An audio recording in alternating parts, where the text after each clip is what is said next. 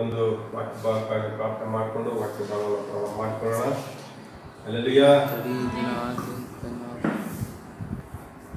ಯೋನ ಮತ್ತು ನಹೂಮನ ಗ್ರಂಥದ ಬಗ್ಗೆ ಮಾತಾಡಲಿಕ್ಕಿದ್ದೇವೆ. ದೇವರು ನಮಗೆ ಸಹಾಯ ಮಾಡಲಿ. ನಿಮಗೂ ಕೇಳಲಿಕ್ಕೆ ಅದ್ಭುತವಾಗಲಿ. ಮನಸ್ಸು ಆತ್ಮ ತೆರೆದು ಅದರ ಬಗ್ಗೆ ಕಲಿಸಲಿ ದೇವರು ತಾನೇ. ಪ್ರಾರ್ಥನೆ ಮಾಡ್ಕೊಳ್ಳೋಣ. ಪರಲೋಕದಲ್ಲಿರುವ ದೇವರೇ, ನೀವು ಅದನ್ನು ಸಲ್ಲಿಸ್ತಾರೆ ಮನೆಲ್ಲ ಕೈಲಿ ಒಪ್ಪಿಸಿಕೊಡ್ತೇವೆ. ನಿಮ್ಮ ಒಂದು ಆಶೀರ್ವದಿಸು.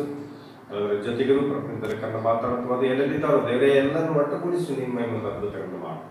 ನೀನು ಆಶ್ಚರ್ಯಕರನ್ನು ನಡೆಸಬೇಕಾಗಿ ದೇವಾ ನನ್ನ ಕೃಪೆಯಿಂದ ಆಗೋದನ್ನು ತುಂಬಿಸಿ ಆಶೀರ್ವದಿಸಬೇಕಾಗಿ ನಮಗೆಲ್ಲರನ್ನು ಕೆಲಪಿಸಿಕೊಡ್ತೇವೆ. ಕರ್ತನೇ, ಯೋನ ಮತ್ತು ನಹೂಮನ ಗ್ರಂಥದ ವಿಷಯವನ್ನ ಹೇಳಲಿಕ್ಕಿರುವಾಗ ಅದರ ಸಂಗತಿಗಳನ್ನು ಅರ್ಥ ಮಾಡಿಕೊಳ್ಳುವಂತೆ, ಅದನ್ನ ನಿನ್ನ ಚಿತ್ತಾನುಸಾರ ವಿವರಿಸುವಂತೆ ನನಗೂ ಕೂಡ ಜ್ಞಾನವನ್ನು ಕೇಳುವವರಿಗೆ ಆಸಕ್ತಿ ನಮಗೆ ಆಶೀರ್ವದಿಸು. ನಿಮ್ಮ ಬಂದು ಕರ್ತನೇ, ಪ್ರವಾದಿ ಸಂದೇಶ ಇದು ಅರ್ಥ ಮಾಡ್ಕೊಳ್ಳಿಕ್ಕೆ ನಿನ್ನ ಜ್ಞಾನ ಬೇಕು. ನಿನ್ನ ಜ್ಞಾನದಿಂದ ನಾವು ಏನು ಮಾಡ್ಲಿಕ್ಕೆ ಸಾಧ್ಯ ಇಲ್ಲ ಸ್ವಾಮಿ. ಪವಿತ್ರಾತ್ಮ ಜ್ಞಾನದಿಂದ ತುಂಬಿಸಿ, ಮೈಮೇಲೆ ತುಂಬಿಸಿ ದೇವ್ರ ಜೊತೆಗಿದ್ದು ಆದರೆ ಈಗ ಸದ್ಯ ನೋಡ್ತಕ್ಕಂಥ ಪ್ರತಿಯೊಬ್ಬರು ಕೂಡ ಆಶೀರ್ವದಿಸಿ ನೀ ಮೈಮೂರ್ಲಿಕ್ಕಾಗಿ ಯೇಸು ಕ್ರಿಸ್ತನ ಅಧಿಕಾರವನ್ನು ನಾಮದಲ್ಲಿ ಬೇಡಿ ಹೊಂದಿದ್ದೇನೆ. ಆಮೆನ್. ಆಮೆನ್. ಆಮೆನ್.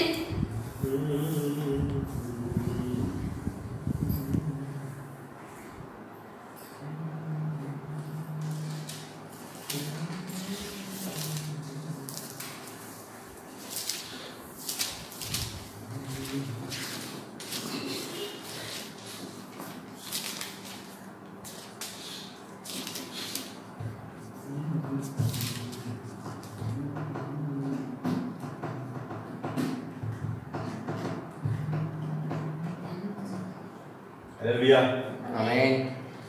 ಈ ದಿನ ಯೋನನ ಗ್ರಂಥದ ಬಗ್ಗೆ ನಹೂಮನ ಗ್ರಂಥದ ಬಗ್ಗೆ ಮಾತಾಡಲಿಕ್ಕೆ ಹೋಗ್ತಾ ಇದ್ದೇನೆ. ಹಲ್ಲೆಲೂಯಾ. ದೇವರು ಸಹಾಯ ಮಾಡಲಿ. ನೀವು ಕೇಳಲಿಕ್ಕೆ ಆಸಕ್ತಿಯನ್ನು ಕೊಡಲಿ.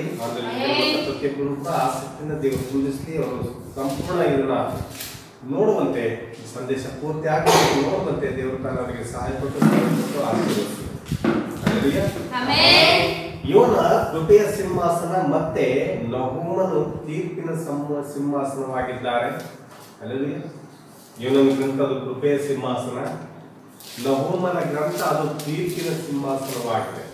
ಆಮೆನ್. ಮತ್ತು ಕೃಪೆಗೂ ಮತ್ತು ತೀರ್ಪಿಗೆ ಮಧ್ಯ ಮೀಕ ಇದ್ದಾನೆ. ಆಮೆನ್. ಹಲ್ಲೆಲೂಯಾ. ಆಮೆನ್. ಯೋನನ ಗ್ರಂಥ. ಹಲ್ಲೆಲೂಯಾ. ಆಮೆನ್.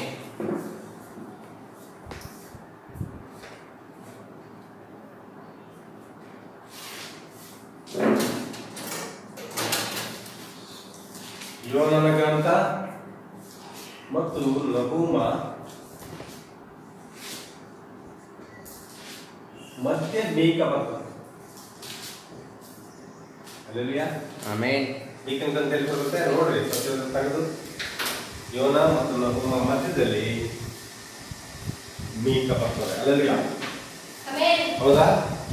ಇದ್ರ ಬಗ್ಗೆ ಮಾತಾಡೋದಕ್ಕೆ ದೇವರು ಕೃಪೆ ಕೊಡಲಿ. ಸತ್ಯವೇದದಲ್ಲಿರುವ ಮರ್ಯಾದ ಸಂಗತಿಗಳನ್ನು ದೇವರು ತಾನು ನಿಮಗೆ ತೋರಿಸ್ಲಿ. ಹಲ್ಲೆಲೂಯಾ.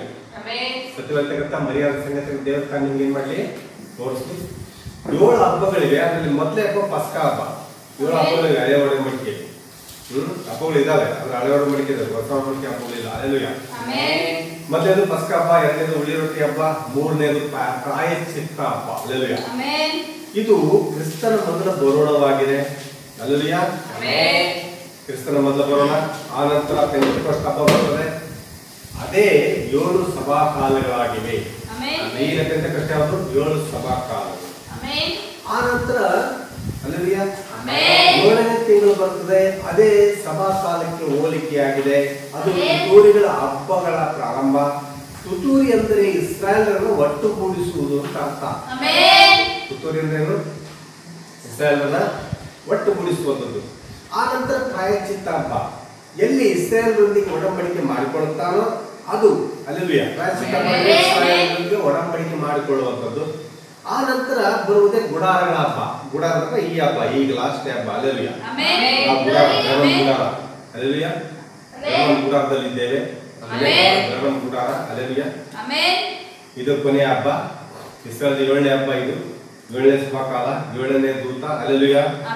ಗ್ರಂಥದಲ್ಲಿ ನಾವು ನೋಡ್ತೇವೆ 2-3 ಅಧ್ಯಾಯಗಳು ಸಭಾಕಾಲಗಳಾಗಿವೆ. ಪ್ರಕಟಣೆ 2ನೇ ಅಧ್ಯಾಯ 3ನೇ ಅಧ್ಯಾಯ ಸಭಾಕಾಲಗಳಾಗಿವೆ.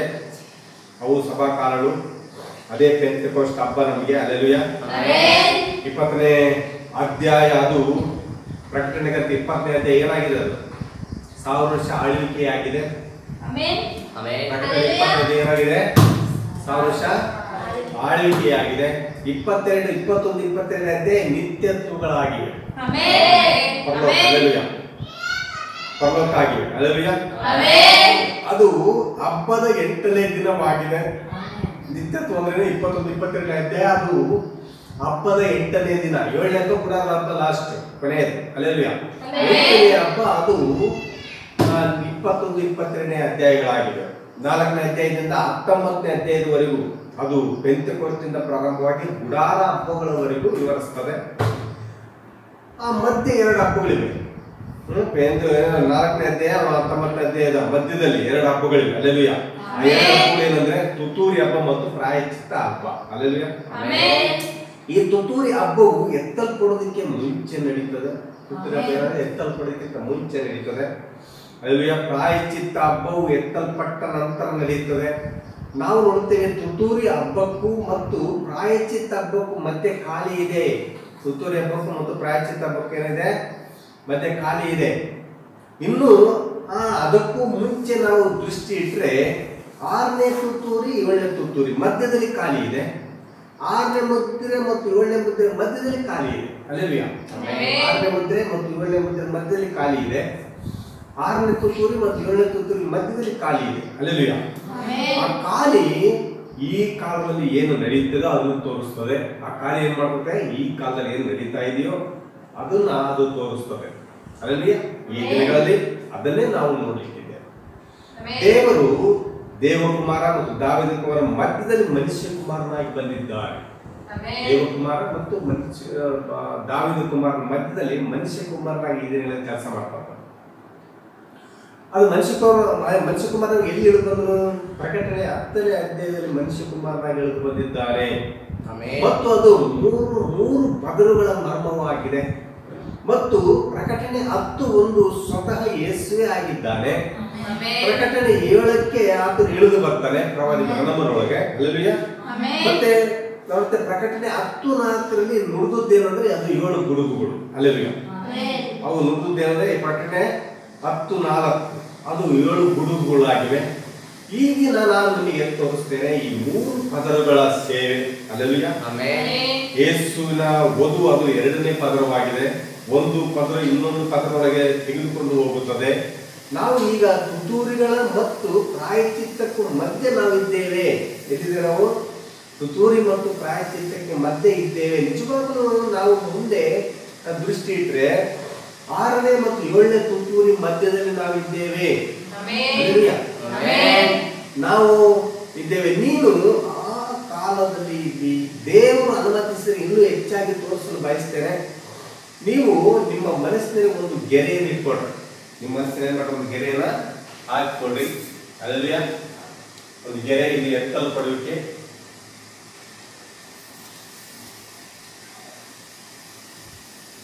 ಇದೇನಾಗಿದೆ? ಎತ್ತಲ್ಪಡುವಿಕೆಯಾಗಿದೆ. ಈ ಕಡೆ ಒಂದು ಖಾಲಿ, ಈ ಕಡೆ ಒಂದು ಖಾಲಿ ಇದೆ. ಅದನ್ನ ನೆನಪಿಟ್ಕೊಡಿ. ಹಲ್ಲೆಲೂಯಾ. ಒಂದು ಗೆರೆ ಇಟ್ಕೊಡ್ರಿ. ಆ ಗೆರೆ ಎತ್ತಲ್ಪಡುವಿಕೆಯಾಗಿದೆ. ಹಲ್ಲೆಲೂಯಾ. ಅದರ ಒಂದು ಕಡೆ ಕೃಪೆ, ಒಂದು ಕಡೆ ಏನಾಗಿದೆ? ಕೃಪೆ. ಇನ್ನೊಂದು ಕಡೆ ತೀರ್ಪು. ಹಲ್ಲೆಲೂಯಾ. ಒಂದು ಕಡೆ ಕೃಪೆ, ಒಂದು ಕಡೆ ತೀರ್ಪು. ಹಲ್ಲೆಲೂಯಾ. ನೋಡುತ್ತೇವೆ ಒಂದು ಗೆರೆ ಅದು ಎತ್ತಲ್ಪಡುವಿಕೆಯಾಗಿದೆ. ಇನ್ನೊಂದು ಕಡೆ ಕೃಪೆ, ಒಂದು ಕಡೆ ನ್ಯಾಯ ತೀರ್ಪು. ಅಂದ್ರೆ ಶ್ರಮೆಗಳ ಕಾಲ, ಅಂದ್ರೆ ಹಿಂಸೆಯ ಕಾಲ. ಹಲ್ಲೆಲೂಯಾ. ಮೋಶೆ ಮತ್ತು ಎಲಿಯ ತೀರ್ಪನ್ನು ತೆಗೆದುಕೊಂಡು ಬರ್ತಾರೆ. ಆ 7 ಜನ ದೂತರು, ಎಷ್ಟು ಜನ ದೂತರಿದ್ದಾರೆ? 7 ಜನ ದೂತರು. ಹಲ್ಲೆಲೂಯಾ. 7 ಜನ ದೂತರು ಯಾರು? 7 ಪಾತ್ರೆಗಳನ್ನು ಇಟ್ಟುಕೊಂಡಿದ್ದಾರೆ. 15 ಅಧ್ಯಾಯ ಪ್ರಕಟಣೆ 15ನೇ ಅಧ್ಯಾಯ 16ನೇ ಅಧ್ಯಾಯದಲ್ಲಿ. ಹಲ್ಲೆಲೂಯಾ. ಅವರು ನ್ಯಾಯ ತೀರ್ಪನ್ನು ತೆಗೆದುಕೊಂಡು ಬರುತ್ತಾರೆ. ಪ್ರಕಟಣೆ 19ರಲ್ಲಿ ಯೇಸು ಬಿಳಿ ಕುದುರೆ ಮೇಲೆ ಬರ್ತಾರಲ್ಲಿ. ಪ್ರಕಟಣೆ 19 ಏನ್ ಮಾಡ್ತಾರೆ? ಯೇಸು ಸ್ವಾಮಿ ಬಿಳಿ ಕುದುರೆ ಮೇಲೆ ಬರ್ತಾರೆ. ಆತನು ಕೂಡ ತೀರ್ಪನ್ನು ತೆಗೆದುಕೊಂಡು ಬರ್ತಾನೆ. ಆತನು ಪ್ರತಿಯೊಬ್ಬರನ್ನು ತೆಗೆದುಕೊಂಡು ಬರ್ತಾನೆ. ಮತ್ತು ಮೃಗ ಮತ್ತು ಆತನ ಸೈನ್ಯವನ್ನು ನಾಶ ಮಾಡ್ತಾನೆ. ವಧುವಿನೊಂದಿಗೆ ಬಂದು ಅಥವಾ ಪ್ರಕಟಣೆ 19 ವಧುವಿನೊಂದಿಗೆ ಬಂದು ಅಲ್ಲಿ ಮೃಗದ ಮೇಲೆ ಯುದ್ಧ ಮಾಡಿ, ಅವನ ಸೈನ್ಯ ಯುದ್ಧ ಮಾಡಿ ಅವರನ್ನು ನಾಶ ಮಾಡ್ತಾನೆ. ಯೇಸು ಆ ಒಂದು 1000 ವರ್ಷ ಹಲ್ಲೆಲೂಯ 1000 ವರ್ಷ ಆಳ್ವಿಕೆಯಲ್ಲಿ ಹಲ್ಲೆಲೂಯ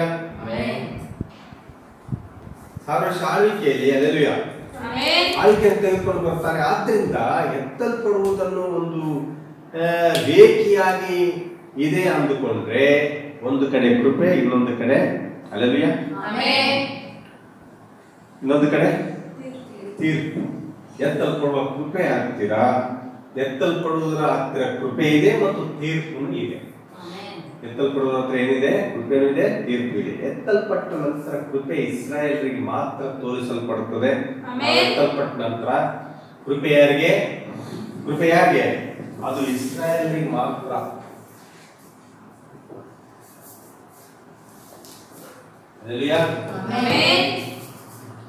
ನಾವು ಎತ್ತಲ್ಪಟ್ಟ ನಂತರ, ವಧು ಎತ್ತಲ್ಪಟ್ಟ ನಂತರ ಕೃಪೆ ಮಾತ್ರ ಇಸ್ರಾಯೇಲರಿಗೆ ಮಾತ್ರ ತೋರಿಸಲ್ಪಡ್ತಾರೆ. ಅಲ್ಲಿ 1,40,000 ಎಲ್ಲರಿಗೆ ತೋರಿಸಲ್ಪಡಲ್ಲ. ಅಲ್ಲಿ 1,44,000 ಜನ ರಕ್ಷಣೆ ಹೊಂದ್ತಾರೆ. ಅಲ್ಲಿ 1,44,000 ಜನ ಮಾಡ್ತಾರೆ, ರಕ್ಷಣೆ ಹೊಂದ್ತಾರೆ. ಆದ್ರೆ ಲೋಕಕ್ಕೆ ಸಂಬಂಧಪಟ್ಟ ವಿಷಯಕ್ಕೆ ಬಂದಾಗ ಲೋಕ ಏನಾಗ್ತದೆ ಅಂದ್ರೆ ಅವರಿಗೆ ಕೃಪೆ ಮುಕ್ತಾಯ ಆಗಿರುತ್ತದೆ. ಅದು ಅವರಿಗೆ ತೀರ್ಪಿನ ಸಮಯ ಆಗಿರುತ್ತದೆ. ಆರ್ಮೆಗೆದೋನ್ ಅದು ದೇವರ ತೀರ್ಪಾಗಿರುತ್ತೆ. ಆರ್ಮೆಗೆದೋನಿಂದ ಐತಲ್ಲ, ಅದು ದೇವರ ತೀರ್ಪಾಗಿರ್ತದೆ. ಇದನ್ನು ನಾವು ಅರ್ಥ ಮಾಡಿಕೊಳ್ಳಬೇಕಾಗಿದೆ. ಹಲ್ಲೆಲೂಯಾ. ಈ ಕೃಪೆ ಹಲ್ಲೆಲೂಯಾ ಈ ತೀರ್ಪಾಗಿ ಬದಲಾದಾಗ, ಕೃಪೆ ಈಗಿರೋ ಕೃಪೆ ತೀರ್ಪಾಗಿ ಬದಲಾದಾಗ ಅದು ಎತ್ತಲ್ಪಟ್ಟ ಸಮಯದಲ್ಲಿ ಅದು ನಡೆಯುತ್ತದೆ. ಯೇಸು ಬಂದ ಸಮಯದ ಮೊದಲುಗೊಂಡು ಇಂದಿನವರೆಗೂ ಅಲ್ಲದೆ ಈ ಸಮಯದವರೆಗೂ ಅಂದ್ರೆ 2000 ವರ್ಷಗಳು ಅದು ಈ ಕೃಪೆ ದಿನವಾಗಿದೆ. 2000 ವರ್ಷಗಳಿಂದ ಯೇಸು ಬಂದ ಇಂದಿನವರೆಗೂ ಕೃಪಾ ದಿನವಾಗಿದೆ. ಕೃಪಾ ಸಂದೇಶ ಪ್ರತಿಯೊಬ್ಬರಿಗೂ ಬೋಧಿಸಲ್ಪಟ್ಟಿದೆ ಮತ್ತು ಕೃಪೆ ಅಂಗೀಕರಿಸಲ್ಪಟ್ಟಿದೆ ಮತ್ತು ತಿರಸ್ಕರಿಸಲ್ಪಟ್ಟಿದೆ ಕೂಡ. ಕೃಪೆ ಕೆಲವರು ಅಂಗೀಕರಿಸಲು, ಕೆಲವರು ತಿರಸ್ಕಾರ ಮಾಡಿದ್ದಾರೆ. ಯೇಸು ಬೇಡ, ವಾಕ್ಯ ಬೇಡ ಅಂತ ಕೆಲವರು ತಿರಸ್ಕಾರ ಮಾಡಿದ್ದಾರೆ, ಕೆಲವರು ಅಂಗೀಕರಿಸಿದ್ದಾರೆ. ಎತ್ತಲ್ಪಟ್ಟ ನಂತರ ಕೃಪೆ ಇನ್ನೂ ಇರುವುದಿಲ್ಲ. ಹಲ್ಲೆಲೂಯಾ. ಅದು ಎತ್ತಲ್ಪಟ್ಟ ನಂತರ ಕೃಪೆ ಏನಾಗಲ್ಲ, ಇನ್ನು ದೇವರ ಪ್ರೀತಿ ಅಂತ. ಕೃಪೆ ಅಂದ್ರೆ ದೇವರ ಪ್ರೀತಿ, ಅದು ಕೇವಲ ತೀರ್ಪು ಮಾತ್ರವೇ. ಕೃಪೆ ಇರಲ್ಲ ಅಂದ್ರೆ ಕೇವಲ ತೀರ್ಪು ಮಾತ್ರ ಇರ್ತದೆ. ಈಗ ನಾವು ಒಂದು ಸಮಯದಲ್ಲಿ ಜೀವಿಸ್ತಾ ಇದ್ದೀವಿ, ಕೃಪೆ ತೀರ್ಪಿಗಾಗಿ ಮಾರ್ಪಡುವ ಸಮಯದಲ್ಲಿ, ಕೃಪೆ ಹೋಗಿ ತೀರ್ಪು ಬರುವಂತ ಸಮಯದಲ್ಲಿ ನಾವು ಜೀವಿಸ್ತಾ ಇದ್ದೀವಿ. ಮತ್ತು ಈ ಸತ್ಯವನ್ನು ಅರ್ಥ ಮಾಡಿಕೊಳ್ಳಬೇಕಾಗಿದೆ. ಹಲ್ಲೆಲೂಯಾ. ಕೃಪೆ ಮತ್ತು ತೀರ್ಪು ಒಂದೇ ಸಿಂಹಾಸನದಿಂದ ಬರ್ತವೆ. ಕೃಪೆ ಮತ್ತು ತೀರ್ಪು ಏನ್ ಮಾಡ್ತವೆ? ಒಂದೇ ಸಿಂಹಾಸನದಿಂದ ಬರುವುಗಳಾಗಿದೆ. ಹಲ್ಲೆಲೂಯಾ. ಅದೇ ಸಿಂಹಾಸನ ಕೃಪೆಯನ್ನು ತೆಗೆದುಕೊಂಡು ಬರ್ತದೆ, ಅದೇ ಸಿಂಹಾಸನ ತೀರ್ಪನ್ನು ತೆಗೆದುಕೊಂಡು ಬರ್ತದೆ.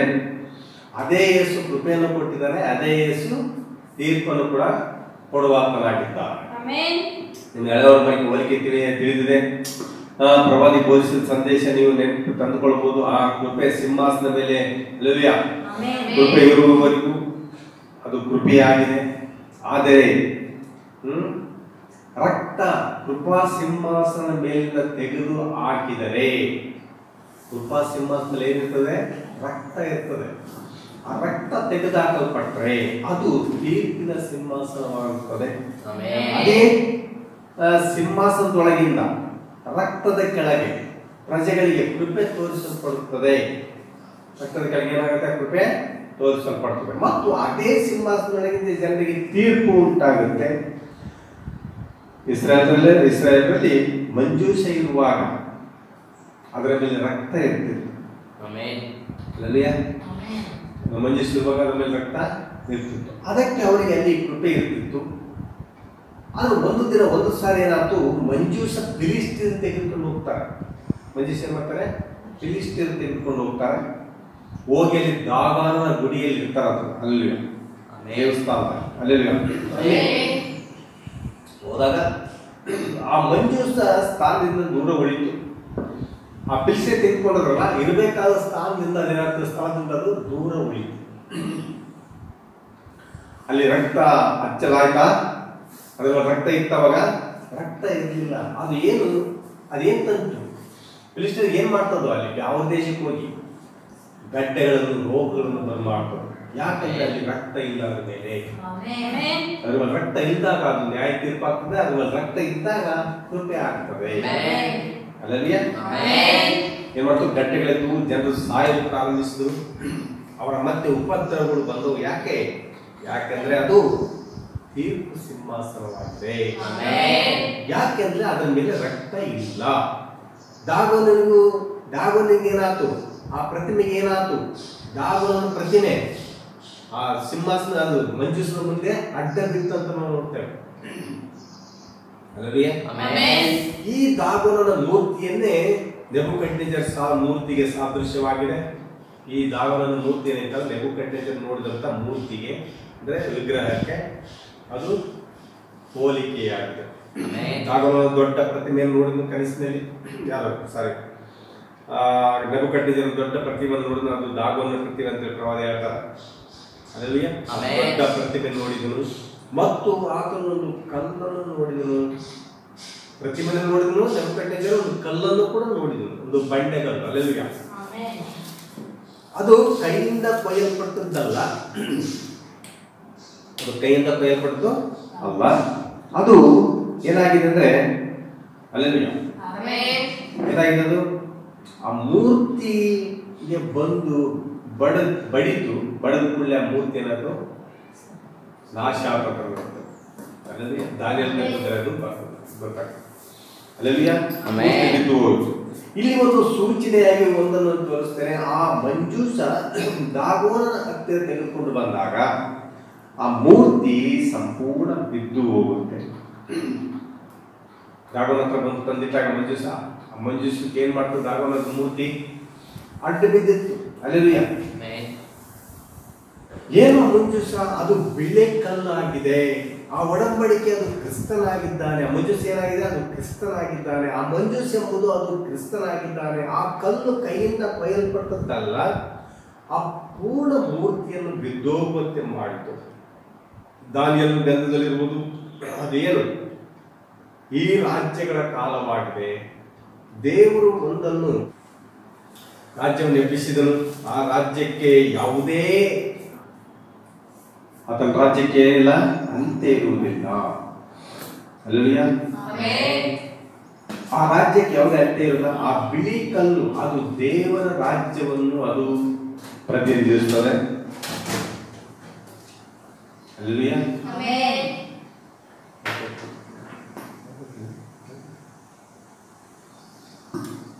ಅಲ್ಲೆಲೂಯ. ಆ ಕಲ್ಲು ದೇವರ ರಾಜ್ಯವನ್ನು ಪ್ರತಿನಿಧಿಸುತ್ತದೆ. ಅದು 1000 ವರ್ಷ ಆಳ್ವಿಕೆಯನ್ನು ತೆಗೆದುಕೊಂಡು ಬರ್ತದೆ. ಬಿಳಿ ಕಲ್ಲನ್ನು ತೆಗೆದುಕೊಂಡು ಬರ್ತದೆ, 1000 ವರ್ಷ ಆಳ್ವಿಕೆಯನ್ನ ತೆಗೆದುಕೊಂಡು ಬರುತ್ತದೆ. ಅಲ್ಲೆಲೂಯ. ಈ ರೀತಿ ಆ ಕಲ್ಲು 1963ರಲ್ಲಿ ಬಂದಿತ್ತು. ಅದು ಆ ಮೂರ್ತಿಯನ್ನು ಒಡೆದಾಕಿತ್ತು. ರೋಮ್ ಅನ್ನುವಂತ ಮೂರ್ತಿಯನ್ನ ಅಲ್ಲೆಲೂಯ ಏನ್ ಮಾಡ್ತದ್ದು, ಒಡೆದಾಕಿತ್ತು. ಅಲ್ಲೆಲೂಯ. 7 ಮುದ್ರೆಗಳನ್ನು ಬೋಧಿಸಿದ ನಂತರ ಸಹೋದರ ಬ್ರಹ್ಮ್ ಅವರು ಏನ್ ಬೋಧಿಸ್ತಾರಪ್ಪ ಅಂದ್ರೆ, 7 ಮುದ್ರೆಗಳನ್ನು ಬೋಧಿಸಿದ ನಂತರ ಸಹೋದರ ಬ್ರಹ್ಮ್ ಏನ್ ಬೋಧಿಸ್ತಂದ್ರೆ, ಚಿತ್ರವಾಗಿ ಹೋಗುತ್ತಿರುವ ಪ್ರಪಂಚ ಅನ್ನುವಂಥ ಸಂದೇಶವನ್ನು ಕೊಡ್ತಾರೆ. ಚಿತ್ರವಾಗಿ ಹೋಗುತ್ತಿರುವ ಪ್ರಪಂಚ ಅನ್ನುವಂಥ ಸಂದೇಶವನ್ನು ಅವ್ರು ಏನ್ ಮಾಡ್ತಾರೆ, ಕೊಡ್ತಾರೆ. ಯಾಕೆಂದ್ರೆ ಭೂಮಿ ಮೇಲೆ ಇರುವ ಶಕ್ತಿಗಳೆಲ್ಲವೂ ಕದಲಿಸಲ್ಪಡ್ತವೆ.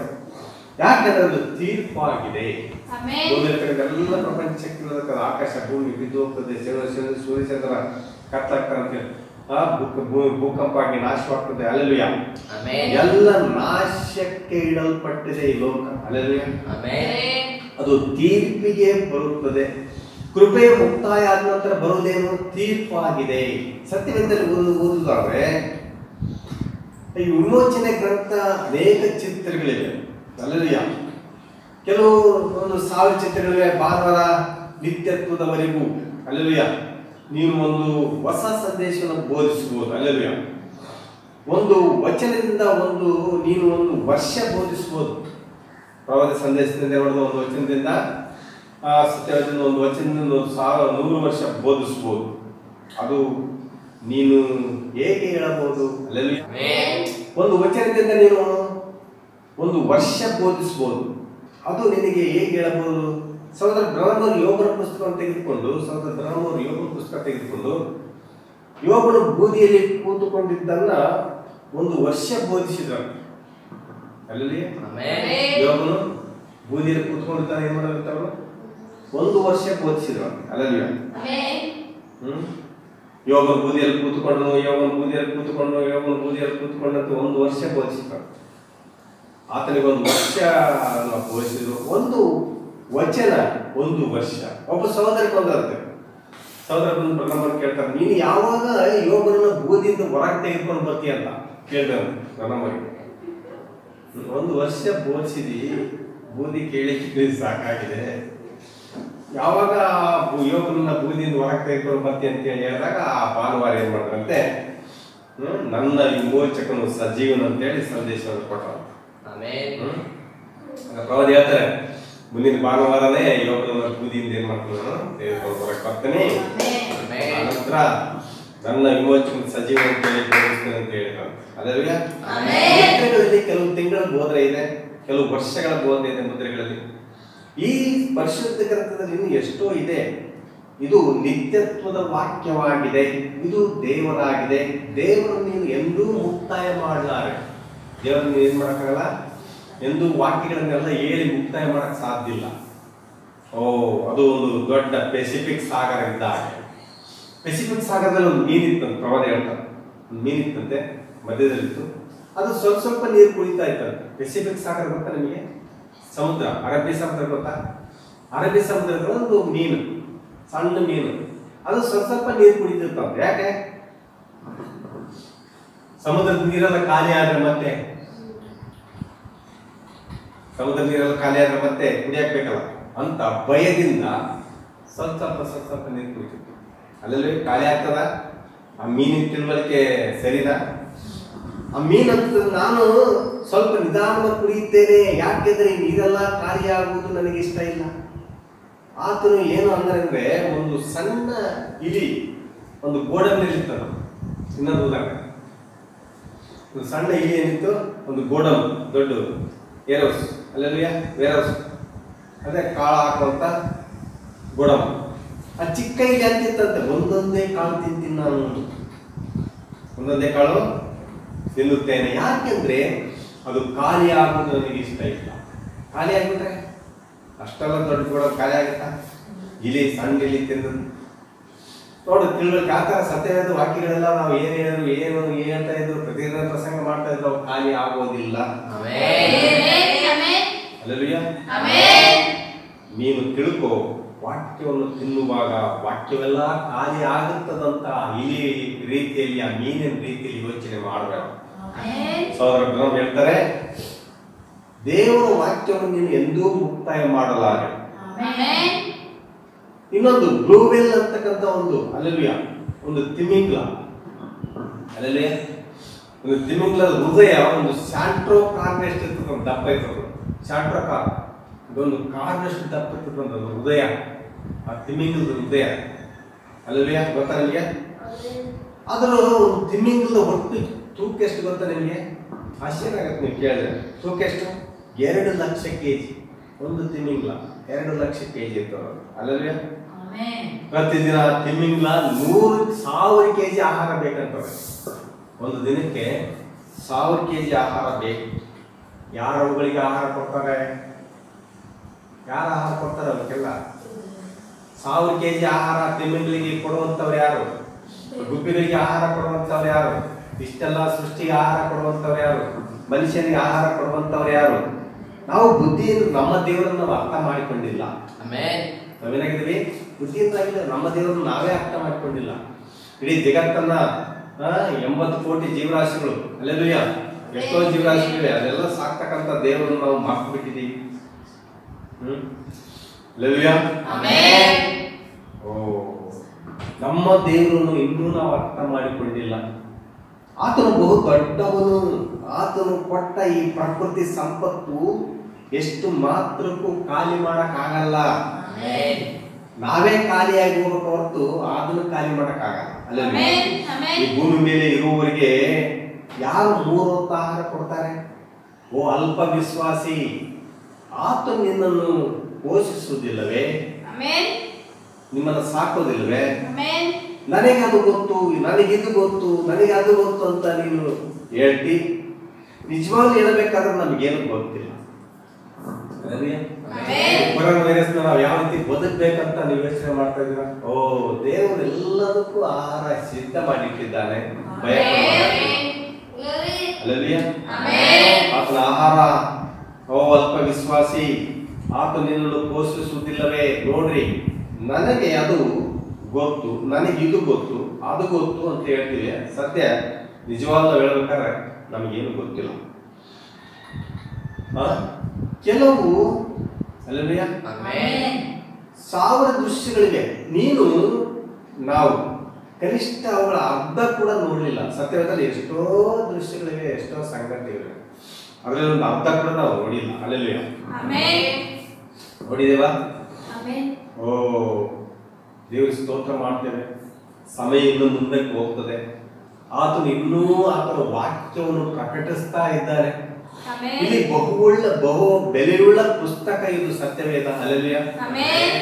ಅದನ್ನು ನೀವು ಅರ್ಥ ಮಾಡಿಕೊಳ್ತೀರಿ ಅಂದುಕೊಳ್ತೇನೆ. ಆದ್ರೆ ನಮಗಿಲ್ಲಿ ಇಂದು ಒಂದು ದೃಶ್ಯ ಇದೆ. ನಾನು ಹೇಳಿದಂತ ನೋಡ್ರಿ, ಎತ್ತಲ್ಪಡುವುದೆಂಬುದು ಒಂದು ರೇಖೆ. ಅಲ್ಲವೇ? ಒಂದು ರೇಖೆ, ಅದು ಕೃಪೆ ಮುಕ್ತಾಯವಾಗುತ್ತದೆ, ತೀರ್ಪು ಪ್ರಾರಂಭ ಆಗುತ್ತೆ. ಎತ್ತಲ್ಪಡಿಕೆ ಆತಂದ್ರೆ ಕೃಪೆ ಮುಕ್ತಾಯ ಆಗುತ್ತೆ, ತೀರ್ಪಿನಾಗುತ್ತೆ, ಪ್ರಾರಂಭ ಆಗುತ್ತಾ? ಸಹೋದರ ಸಹೋದರಿ, ಈ ಮಾತು ನಿಮ್ಮ ಮನಸ್ಸಿನಲ್ಲಿ ಇಟ್ಕೊಳ್ರಿ.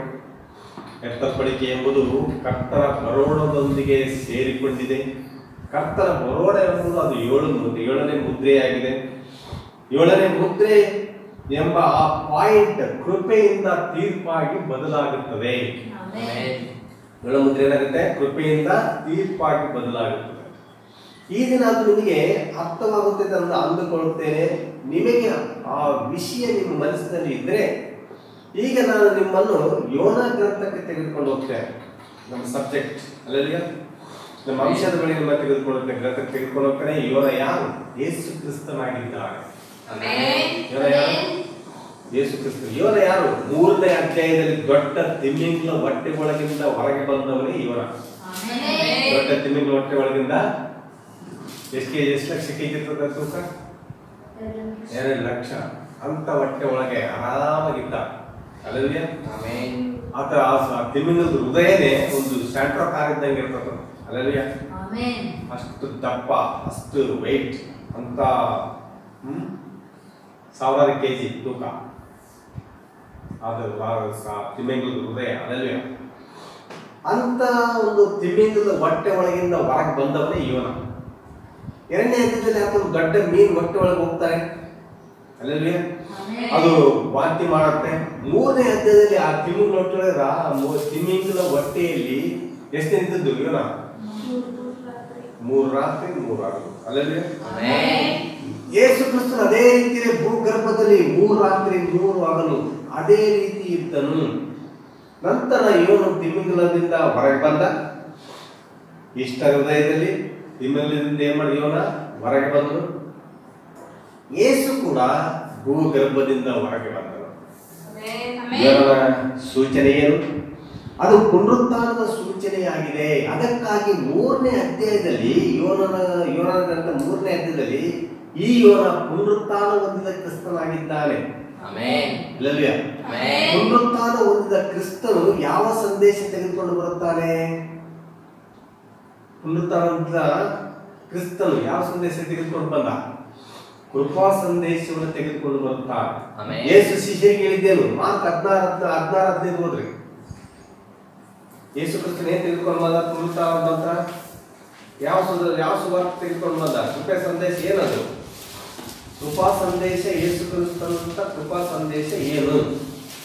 ಓದ್ರಿ. ಮಾರ್ಕ್ ಸುವಾರ್ತೆ 16ನೇ ಅಧ್ಯಾಯ 15ನೇ ವಚನ. ಹಲ್ಲೆಲೂಯಾ.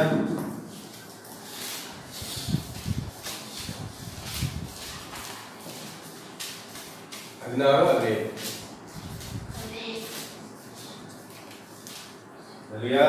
ಆಮೇಲೆ ಅವರಿಗೆ, ನೀವು ಲೋಕದ ಎಲ್ಲ ಕಡೆಗೆ ಹೋಗಿ ಜಗತ್ತಿಗರ ಸುವಾರ್ತೆಯನ್ನು ಸಾರಿರಿ, ನಂಬಿ ದೀಕ್ಷೆಯನ್ನು ಮಾಡಿಸಿಕೊಳ್ಳುವವನು.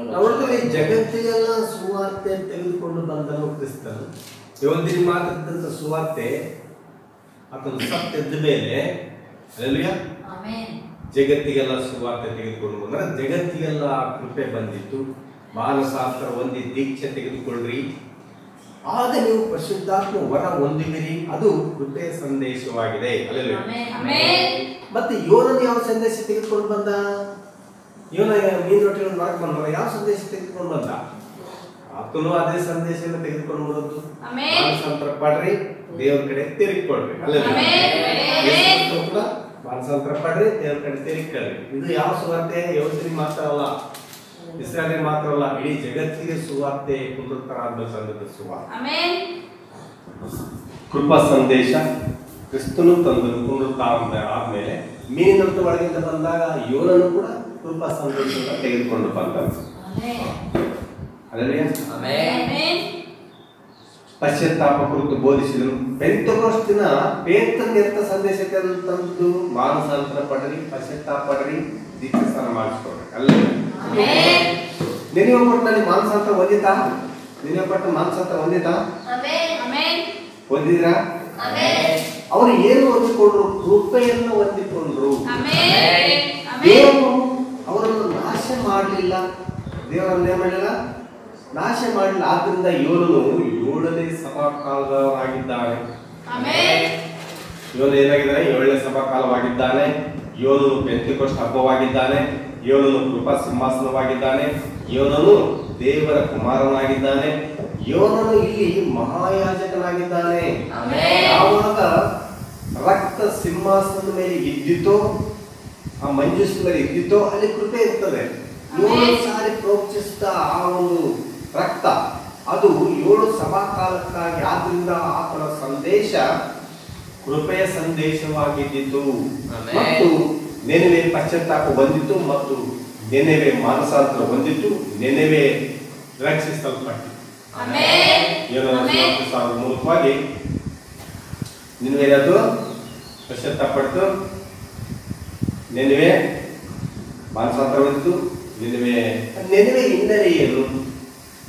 ನಯನಾಸ್ ಎಂಬುವನು ಕಟ್ಟಿದಂತ ಪಟ್ಟಣ. ಅಲ್ಲಲ್ವಿಯ ನಯನಾಸ್ ಎನ್ನುವಂತ ಕಟ್ಟಿದಂತ ಪಟ್ಟಣ. ನೆನವೆ ಯಾಕೆ ಕಟ್ಟಿದ್ದು? ನಯನಾಸ್ ಅನ್ನುವಂತ ವ್ಯಕ್ತಿ ಕಟ್ಟಿದ. ಆತ ನಯನಾಸ್ ಅಂದ್ರೆ ಯಾರು? ನಿಮ್ರೋದ್. ಅಲ್ಲಲ್ವಿಯ ಅದು ಬೆಬಿಲೋನಿನಲ್ಲಿರ್ತಕ್ಕಂಥ ನೆನವೆ ಪಟ್ಟಣ. ಯಾರದು? ಬೆಬಿಲೋನಿನಲ್ಲಿರ್ತಕ್ಕಂಥ ಒಂದು ಮುಖ್ಯ ಪಟ್ಟಣವಾಗಿದೆ. ಮೊಟ್ಟ ಮೊದಲ ಸಂದೇಶ ಕೃಪಾ ಸಂದೇಶವಾಗಿದೆ. ಅಲ್ಲಲ್ವಿಯ ಕೆಲವು ಜನರು ಬೆಬಿಲೋನಿನ ಹೊರಗೆ ಬಂದರು. ಕೆಲವು ಜನರು ಕೃಪೆಗೆ ಸಿಕ್ತು, ಕೆಲವು ಜನರು ಕೃಪೆ ಸಿಕ್ತು, ಕೆಲವು ಜನರು ಕೃಪೆ ಸಿಗಲಿಲ್ಲ. ಅಲ್ಲಲ್ವಿಯ ಈಗಲೂ ಕೂಡ ಅಷ್ಟೇ, ಕೆಲವು ಜನರು ಕೃಪೆ ಸಿಕ್ಕಿದೆ, ಕೆಲವು ಜನರಿಗೆ ಕೃಪೆ ಸಿಕ್ಕಲಿಲ್ಲ. ಅಲ್ಲಲ್ವಿಯ ಆದ್ರಿಂದ ಯೋನನು ದೇವರ ಕೃಪಾ ಸಿಂಹಾಸನವಾಗಿದ್ದಾನೆ. ಆ ರಕ್ತವು ಸಿಂಹಾಸನದಲ್ಲಿ ಇದ್ದಿತ್ತು. ಅದಕ್ಕಾಗಿ ನೆನವೆ ಪಟ್ಟಣಕ್ಕೆ ಕೃಪೆ ಸಿಕ್ಕಿತು. ಪಶ್ಚಾತ್ತಾಪ ಪಡೆಯತಕ್ಕಂಥ ಸಂದೇಶದಿಂದ ಯೋನನು ತಿಮ್ಮಿಂಗ್ಲದ ಹೊರಗಿಂದ ಬಂದು, ತಿಮ್ಮಿಂಗ್ಲದೊಳಗಿಂದ ಬಂದು ಏನ್ ಸಾರಿದ್ರು? ಪಶ್ಚಾತ್ತಾಪ ಪಡ್ರಿ, ದೇವ್ರ ಕಡೆ ತಿರುಗಿಕೊಡ್ರಿ ಅಂತ ಹೇಳಿ ಏನ್ ಮಾಡಿದ್ನು? ಕೃಪಾ ಸಂದೇಶವನ್ನು ತೆಗೆದುಕೊಂಡು ಬಂದನು. ಅದು ಕೃಪೆ ಸಿಕ್ತು. ಆದ್ರಿಂದ ಯೋನನು ದೇವರ ಕೃಪಾ ಸಿಂಹಾಸನವಾಗಿದ್ದಾನೆ. ಆ ರಕ್ತ ಸಿಂಹಾಸನದಲ್ಲಿ ಇದ್ದಿತ್ತು. ಪಶ್ಚಾತ್ತಾಪ ಪಡಿರ್ತಕ್ಕಂಥ ಸಂದೇಶ ಯೋನನು ತಿಮ್ಮಿಂಗ್ಲದೊಳಗಿಂದ ಬಂದು ನೆನವೆಗೆ ಸಾರಿದನು. ಅದು ಎರುಸಲೇಮ್ ಅಲ್ಲ, ನೆನವೆ ಅಂದ್ರೆ ಎರುಸಲೇಮ್ ಅಲ್ಲ. ನೆನವೆ ಅಂದ್ರೆ ಅದೊಂದು ಅನ್ಯ ದೇಶವಾಗಿದೆ. ನೆನವೆ ಪಟ್ಟಣ ಏನಾಗಿದೆ? ಅನ್ಯ ದೇಶವಾಗಿದೆ. ಯೇಸು ಕ್ರಿಸ್ತನ ಸುವಾರ್ತೆ ತಂದದ್ದು ಸತ್ಯ ಎದ್ದ ಮೇಲೆ, ಪುನರುತ್ಥಾನ ಆದ್ಮೇಲೆ ತಂದಂತ ಸುವಾರ್ತೆ ಇಸ್ರಾಯೇಲರಿಗೆಲ್ಲ ಅದು ಅನ್ಯ ಪಟ್ಟಣಕ್ಕಾಗಿದೆ, ಅನ್ಯ ದೇಶಗಳಿಗಾಗಿದೆ. ಅದೇ ರೀತಿ ಯೋನ ಕೂಡ ಮೀನಿನ ಹೊಟ್ಟೆ ಒಳಗಿಂದ ಬಂದು ಸಾಗಿದಂತ ಸುವಾರ್ತೆ ಇಸ್ರಾಯೇಲರಿಗೆಲ್ಲ, ಯೆರೂಸಲೇಮಿಗೆಲ್ಲ ಅದು ಅನ್ಯ ದೇಶಕ್ಕಾಗಿದೆ. ಅದಕ್ಕಾಗಿ ಯೋನ ಯೇಸು ಕ್ರಿಸ್ತನಾಗಿದ್ದಾನೆ. ಯೇಸು ಕ್ರಿಸ್ತನಿಗೆ ಸಾದೃಶ್ಯವಾಗಿದ್ದಾನೆ. ಯೇಸುವಿನ ಪುನರುತ್ಥಾನ ನಂತರ ಸಂದೇಶ ಎಲ್ಲಿ ಹೋಯ್ತು? ಯೇಸುವಿನ ಪುನರುತ್ಥಾನ ನಂತರ ಸಂದೇಶ ಎಲ್ಲಿ ಹೋಯ್ತು? ಅಲ್ಲಲ್ವಿಯ ಅದು ಅನ್ಯರ ಬಳಿಗೆ ಹೋಯಿತು. ಮೀನಿನ ಹೊಟ್ಟೆ ಒಳಗಿಂದ ಬಂದಂತ ಯೋನನ ಸಂದೇಶ ಎಲ್ಲಿಗೆ ಹೋಯ್ತು? ಯೆರೂಸಲೇಮಿಗೆ ಹೋಗಲಿಲ್ಲ, ಇಸ್ರಾಯೇಲ್ಗೆ ಹೋಗಲಿಲ್ಲ, ಯೆಹೂದ್ಯರಿಗೆ ಹೋಗಲಿಲ್ಲ. ಅದು ಅನ್ಯ ದೇಶಕ್ಕಾಗಿ ಬಂತು. ಅದೇ ರೀತಿ ಯೇಸು ಕ್ರಿಸ್ತನ ಕೂಡ ಪುನರುತ್ಥಾನ ಆದ್ಮೇಲೆ ತಂದಂತ ಸುವಾರ್ತೆ ಸಂದೇಶ, ಕೃಪಾ ಸಂದೇಶ ಯಾರಿಗೋಸ್ಕರ? ಅದು ಅನ್ಯರಿಗೋಸ್ಕರ. ಅದಕ್ಕಾಗಿ ಮಾತ್ರ ಸುವಾರ್ತೆ 16:15 ಜಗತ್ತಿಗೆಲ್ಲ ಲೋಕದ ಎಲ್ಲಾ ಕಡೆಗೆ ಹೋಗಿ ಜಗತ್ತಿಗೆಲ್ಲ ಸುವಾರ್ತೆ ಸಾರಿ. ಅಲ್ಲಲ್ವಿಯ ಇದು ಕೃಪಾ ಸಂದೇಶ ಪುನರುತ್ಥಾನದ ನಂತರ. ಅದಕ್ಕೆ ಕೃಪಾ ಸಿಂಹಾಸನವಾಗಿದ್ದು. ಆದರೆ ಪ್ರಕಟಣೆ 4ನೇ ಅಧ್ಯಾಯದಲ್ಲಿ ಯೋಹಾನನು ಯಾವಾಗ ಪರಲೋಕದಲ್ಲಿ ಎತ್ತಲ್ಪಟ್ಟನೋ, ಅಲ್ಲೆಲ್ಲ ಸತ್ಯವೇದದಲ್ಲಿ ಹೀಗೆ ಹೇಳಲ್ಪಟ್ಟಿದೆ, ಸತ್ಯವೇದದಲ್ಲಿ ಹೀಗೆ ಹೇಳಲ್ಪಟ್ಟಿದೆ, ಆ ಸಿಂಹಾಸನದಿಂದ ಅದು ಮಿಂಚುಗಳು ಗುಡುಗುಗಳು ಬಂದು ಅಂತ ನೋಡ್ತೇವೆ.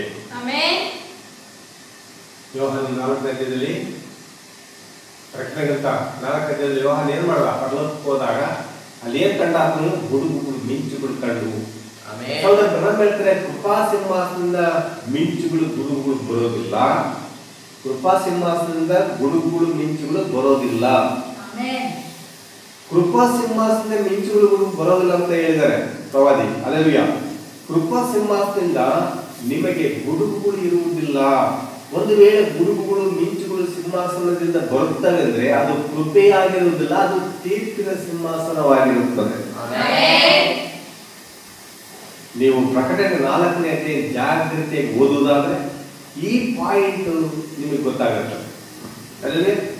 ನಾನು ಒಂದು ವಿಷಯ ತೋರಿಸ್ತೇನೆ. ಆ ಕೃಪಾ ಸಿಂಹಾಸನ ಎಲ್ಲಿತ್ತು? ಕೃಪಾ ಸಿಂಹಾಸನ ಎಲ್ಲಿತ್ತು? ಅದು ಪರಲೋಕದಲ್ಲಿನ. ಆ ಕೃಪಾ ಸಿಂಹಾಸನ ಯೋನನಲ್ಲಿತ್ತ, ಪರಲೋಕದಲ್ಲಿತ್ತ.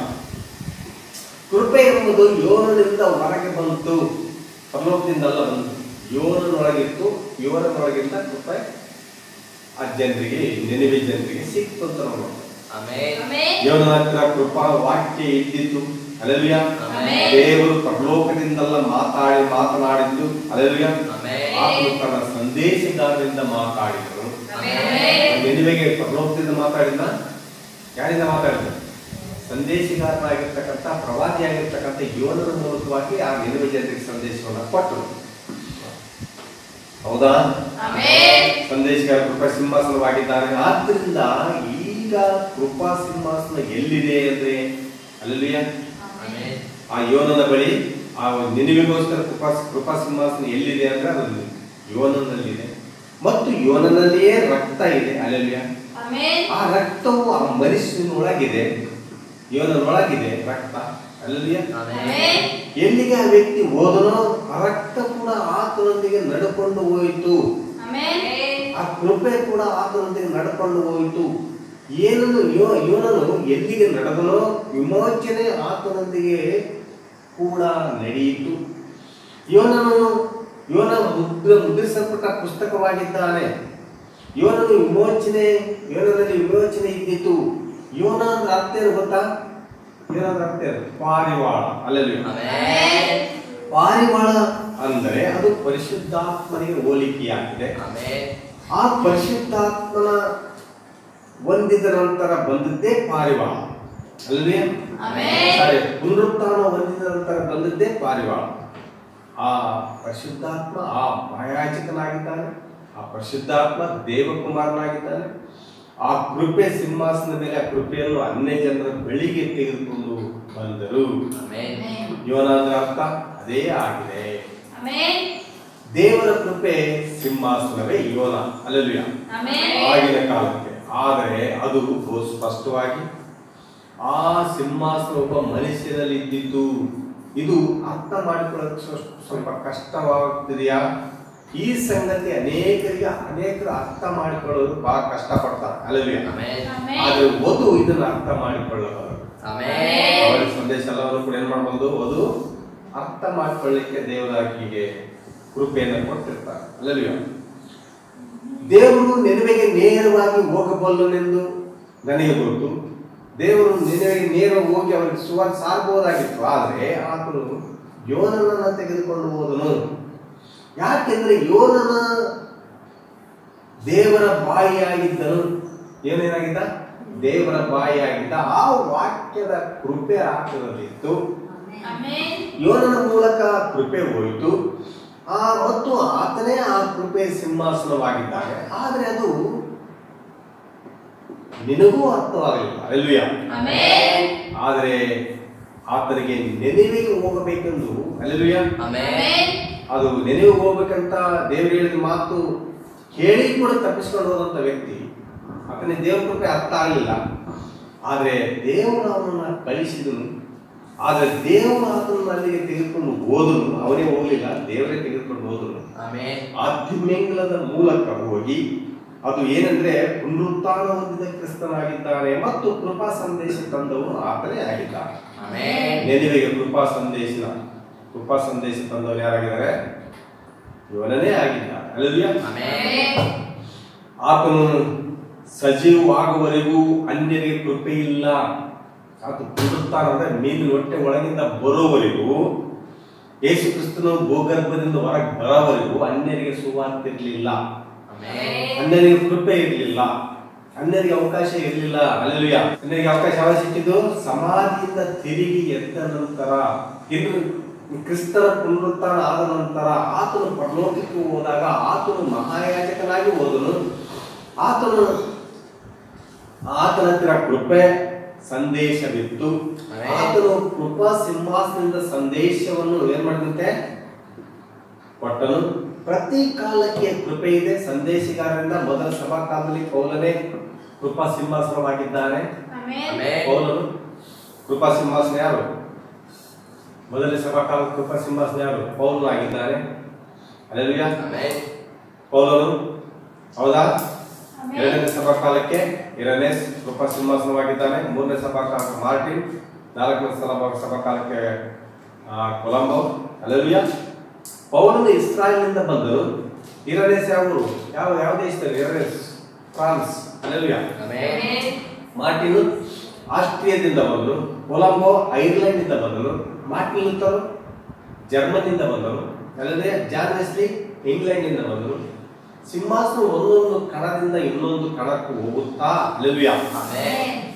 ಈಗ 1946ರಲ್ಲಿ ಕೃಪೆ ಯಾವ ಸಿಕ್ತು? ಯಾವ ದೇಶಕ್ಕೆ ಸಿಕ್ತು? ಪ್ರವಾದಿ ಯಾವರು? ಕೃಪಾ ಸಿಂಹಾಸನ ಅಲ್ಲಿರುವಾಗ ಆತನು ಸೌತ್ ಆಫ್ರಿಕಾ ಕೂಡ ಬಂದನು. ಕೃಪೆ ಅಮೆರಿಕೆಗೆ ಸಿಕ್ತು. ಅಮೆರಿಕದಿಂದ ಪ್ರವಾದಿ ಬಂದ್ರು, ಅಲ್ಲಿಂದ ಸೌತ್ ಆಫ್ರಿಕಾಕ್ಕೆ ಹೋದ್ರು. ಹಲ್ಲೆಲೂಯಾ. ಎರಡು ಕಾಲುಗಳನ್ನು ನಡ್ಕೊಂಡು ಬಂದಿತ್ತು. ಆ ಕೃಪಾ ಸಿಂಹಾಸನ ಕಾಲುಗಳಿಂದ ನಡೆದುಕೊಂಡು ದಕ್ಷಿಣ ಆಫ್ರಿಕಕ್ಕೆ ಹೋಯಿತು. ನಂತರ ಆತನ ದೂತನನ್ನು ನೋಡಿದನು. ಆತನೊಬ್ಬ ದೂತನ ದರ್ಶನದಲ್ಲಿ ನೋಡಿದನು ದಕ್ಷಿಣ ಆಫ್ರಿಕಾದಲ್ಲಿ. ಆತನ ಕೈಯಲ್ಲಿ ಒಂದು ದೀಪ ಇತ್ತು, ನೀರನ್ನು ನೋಡಿದನು. ನಂತರ ಆತನು ಸಣ್ಣ ಬೆಟ್ಟವನ್ನು ನೋಡಿದನು. ಸಾವಿರಾರು ಜನರನ್ನು ಅಲ್ಲಿ ನೋಡಿದನು. ಹಲ್ಲೆಲೂಯಾ. ದರ್ಶನ ಅಲ್ಲಿ ಧೋತಿ ಉಟ್ಕೊಂಡಿದ್ದ ಒಬ್ಬ ವ್ಯಕ್ತಿಯನ್ನು ಕೂಡ ನೋಡಿದ್ನು. ಧೋತಿ ಉಟ್ಕೊಂಡಿದ್ದು ವ್ಯಕ್ತಿ ಯಾರು? ಯಾವ ದೇಶದವರು? ಧೋತಿ ಉಟ್ಕೊಂಡು ಬೆಳಗಾವಿ ಡಿಸ್ಟ್ರಿಕ್ಟ್ ಅಲ್ಲಿ ಧೋತಿ ಉಟ್ಕೊಂತಾರಲ್ಲ, ಯಾವ್ದವರು? ಯಾವ ದೇಶದವರು? ಇಂಡಿಯಾದವರು. ಹಲ್ಲೆಲೂಯಾ. ದೇವದೂತನು ಇಂಡಿಯಾವನ್ನು ಕೂಡ ತೋರಿಸಿದ್ರು, ಅಲ್ಲಿ ಕೂಡ ನಿನ್ನ ಸೇವೆ ಇದೆ ಅಂತ. ಹಲ್ಲೆಲೂಯಾ. ಆ ದೂತ ಆತನಿಗೆ ಹೇಳಿದ್ರು, ಇವರು ಭಾರತೀಯರು, ನೀನು ಭಾರತ ದೇಶಕ್ಕೆ ಬಂದಾಗ ಅಲ್ಲಿ 3 ಲಕ್ಷ ಜನ ಇರುತ್ತಾರೆ.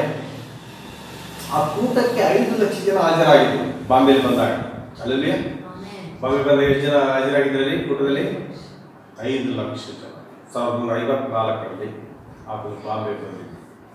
ಆ ಸಿಂಹಾಸನ ಭಾರತಕ್ಕೂ ಬಂದಿತ್ತು. ಕೃಪಾ ಸಿಂಹಾಸನ ಎಲ್ಲಿ ಬಂತು? ಪ್ರವಾದಿ ಮೂಲಕವಾಗಿ ಭಾರತಕ್ಕೂ ಬಂತು. ನಿನಗೆ ಗೊತ್ತಾ, 1965ರಲ್ಲಿ ಆತನು ಕಾರ್ ಆಕ್ಸಿಡೆಂಟ್ ಇಂದ ತೀರ್ಕೊಂಡ್ರು ಪ್ರವಾದಿ. ಕೃಪಾ ಸಿಂಹಾಸನ ಅವ್ರು ಎಲ್ಲೆಲ್ಲಿ ಹೋದ್ರೆ ಅಲ್ಲಿ ಹೋಯ್ತು. ಪ್ರವಾದಿ ಎಲ್ಲೆಲ್ಲಿ ನಡೀತಾ ಇದ್ರು, ಯಾವ ಊರಿಗೆ ಹೋಗ್ತಾ ಇದ್ರು ಅಲ್ಲಿ ಕೃಪಾ ಸಿಂಹಾಸನ ಅವರಿಂದ ಹೋಗ್ತಾ ಇತ್ತು. ಆದ್ರೆ ಕಾರ್ ಆಕ್ಸಿಡೆಂಟ್ ಅಲ್ಲಿ ಆತನು ಪ್ರವಾದಿ ಮರಣ ಹೊಂದಿದ ನಂತರ ಆ ಕೃಪಾ ಸಿಂಹಾಸನ ಪರ್ಲೋಕಕ್ಕೆ ಹೋಯ್ತಾ? ಅಲ್ಲವೇ? ಪರ್ಲೋಕಕ್ಕೆ ಹೋಗ್ತಾ ಇಲ್ಲೇ ಉಳಿತಾ? ಈಗ ಸಿಂಹಾಸನ ಈಗ ಎಲ್ಲಿದೆ? ಅದು ವಿಶ್ವಾಸಿಗಳೊಳಗೆ ಇದೆ.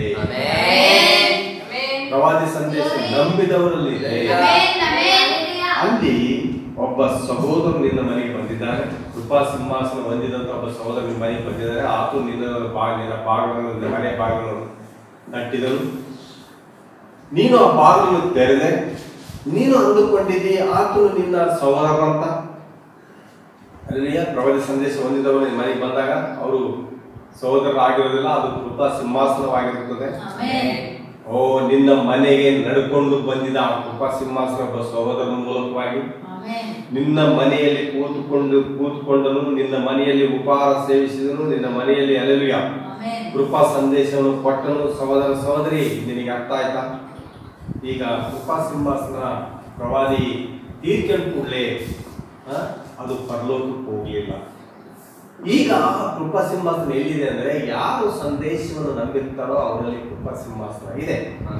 ನಾನು ಒಂದು ಪ್ರಶ್ನೆ ಕೇಳ್ತೇನೆ, ಯೇಸು ತಂದೆ ಸಿಂಹಾಸನ ಇದ್ದರು, 1000 ಆಳ್ವಿಕೆಯಲ್ಲಿ ಆತನು ಸ್ವಂತ ಸಿಂಹಾಸನ ಇರ್ತಾನೆ. ಹಲ್ಲೆಲೂಯಾ. ಈ ಸಭಾ ಕಾಲಕ್ಕೂ 1000 ಆಳ್ವಿಕೆ ಮಧ್ಯದಲ್ಲಿ ಆತನ ತಂದೆ ಸಿಂಹಾಸನ ಇರುವುದಿಲ್ಲ. ಆತನು ಸಿಂಹಾಸನ ಮೇಲೆ ಕೂತ್ಕೊಳ್ಳುವುದಿಲ್ಲ. ಆದರೆ ಆತನ ಸಿಂಹಾಸನ ಎಲ್ಲಿದೆ? ತಂದೆ ಸಿಂಹಾಸನಕ್ಕೂ ಆತನ ಸಿಂಹಾಸನಕ್ಕೂ ಮಧ್ಯೆ ಎಲ್ಲಿದೆ ಆತನ ಸಿಂಹಾಸನ? ಕ್ರಿಸ್ತನ ಸಿಂಹಾಸನ ಎಲ್ಲಿದೆ? ತಂದೆಯ ಸಿಂಹಾಸನ, ಆತನ ಸಿಂಹಾಸನ ಅಂದ್ರೆ ಪರಲೋಕ 1000 ಆಳ್ವಿಕೆಯಲ್ಲಿ ಆತನ ಸ್ವಂತ ಸಿಂಹಾಸನ, ಅದು ಪರಲೋಕದಲ್ಲಿ ತಂದೆಯ ಸಿಂಹಾಸನ. ಅಲ್ಲಿಯ ಅದ್ರ ಮಧ್ಯದಲ್ಲಿ ಈಗ ಕೆಲಸ ನಡೀತಾ ಇದೆ. ಈಗ ಆತನ ಸಿಂಹಾಸನ, ಕ್ರಿಸ್ತನ ಸಿಂಹಾಸನ ಎಲ್ಲಿದೆ? ವಧುವಿನಲ್ಲಿದೆ. ಆಕೆ ಕೃಪಾ ಸಿಂಹಾಸನವಾಗಿದ್ದಾಳೆ. ನಾನು ನಿಮಗೆ ಒಂದು ತೋರಿಸ್ತೇನೆ. ಆ ಸಿಂಹಾಸನ ಒಬ್ಬ ಮನುಷ್ಯನಲ್ಲಿ ಇದ್ದಿತ್ತು. ಆ ಸಿಂಹಾಸನ ಎಲ್ಲಿತ್ತು? ಒಬ್ಬ ಮನುಷ್ಯನಲ್ಲಿ ಇದ್ದಿತ್ತು. ಹಲ್ಲೆಲೂಯಾ. ಯೋನ ಒಂದು ಆತ್ಮ ಅಲ್ಲ, ಆತ್ಮನೊಬ್ಬ ಮನುಷ್ಯನಾಗಿದ್ದನು. ಹಲ್ಲೆಲೂಯಾ. ಮನುಷ್ಯನಲ್ಲಿ ಕೃಪಾ ಸಿಂಹಾಸನ ಇದ್ದಿತ್ತು. ಈಗ ನಹೂಮನನ್ನು ನೋಡುವ. ಇವನ ಬಗ್ಗೆ ತಿಳ್ಕೊಂಡ್ರಲ್ಲ, ಈಗ ನಹೂಮ ಗ್ರಂಥಕ್ಕೆ ಬರೋಣ. ನಹೂಮ 1:1-2 ವಚನಗಳು. ನಹೂಮ 1ನೇ ಅಧ್ಯಾಯ 1-2 ವಚನಗಳು.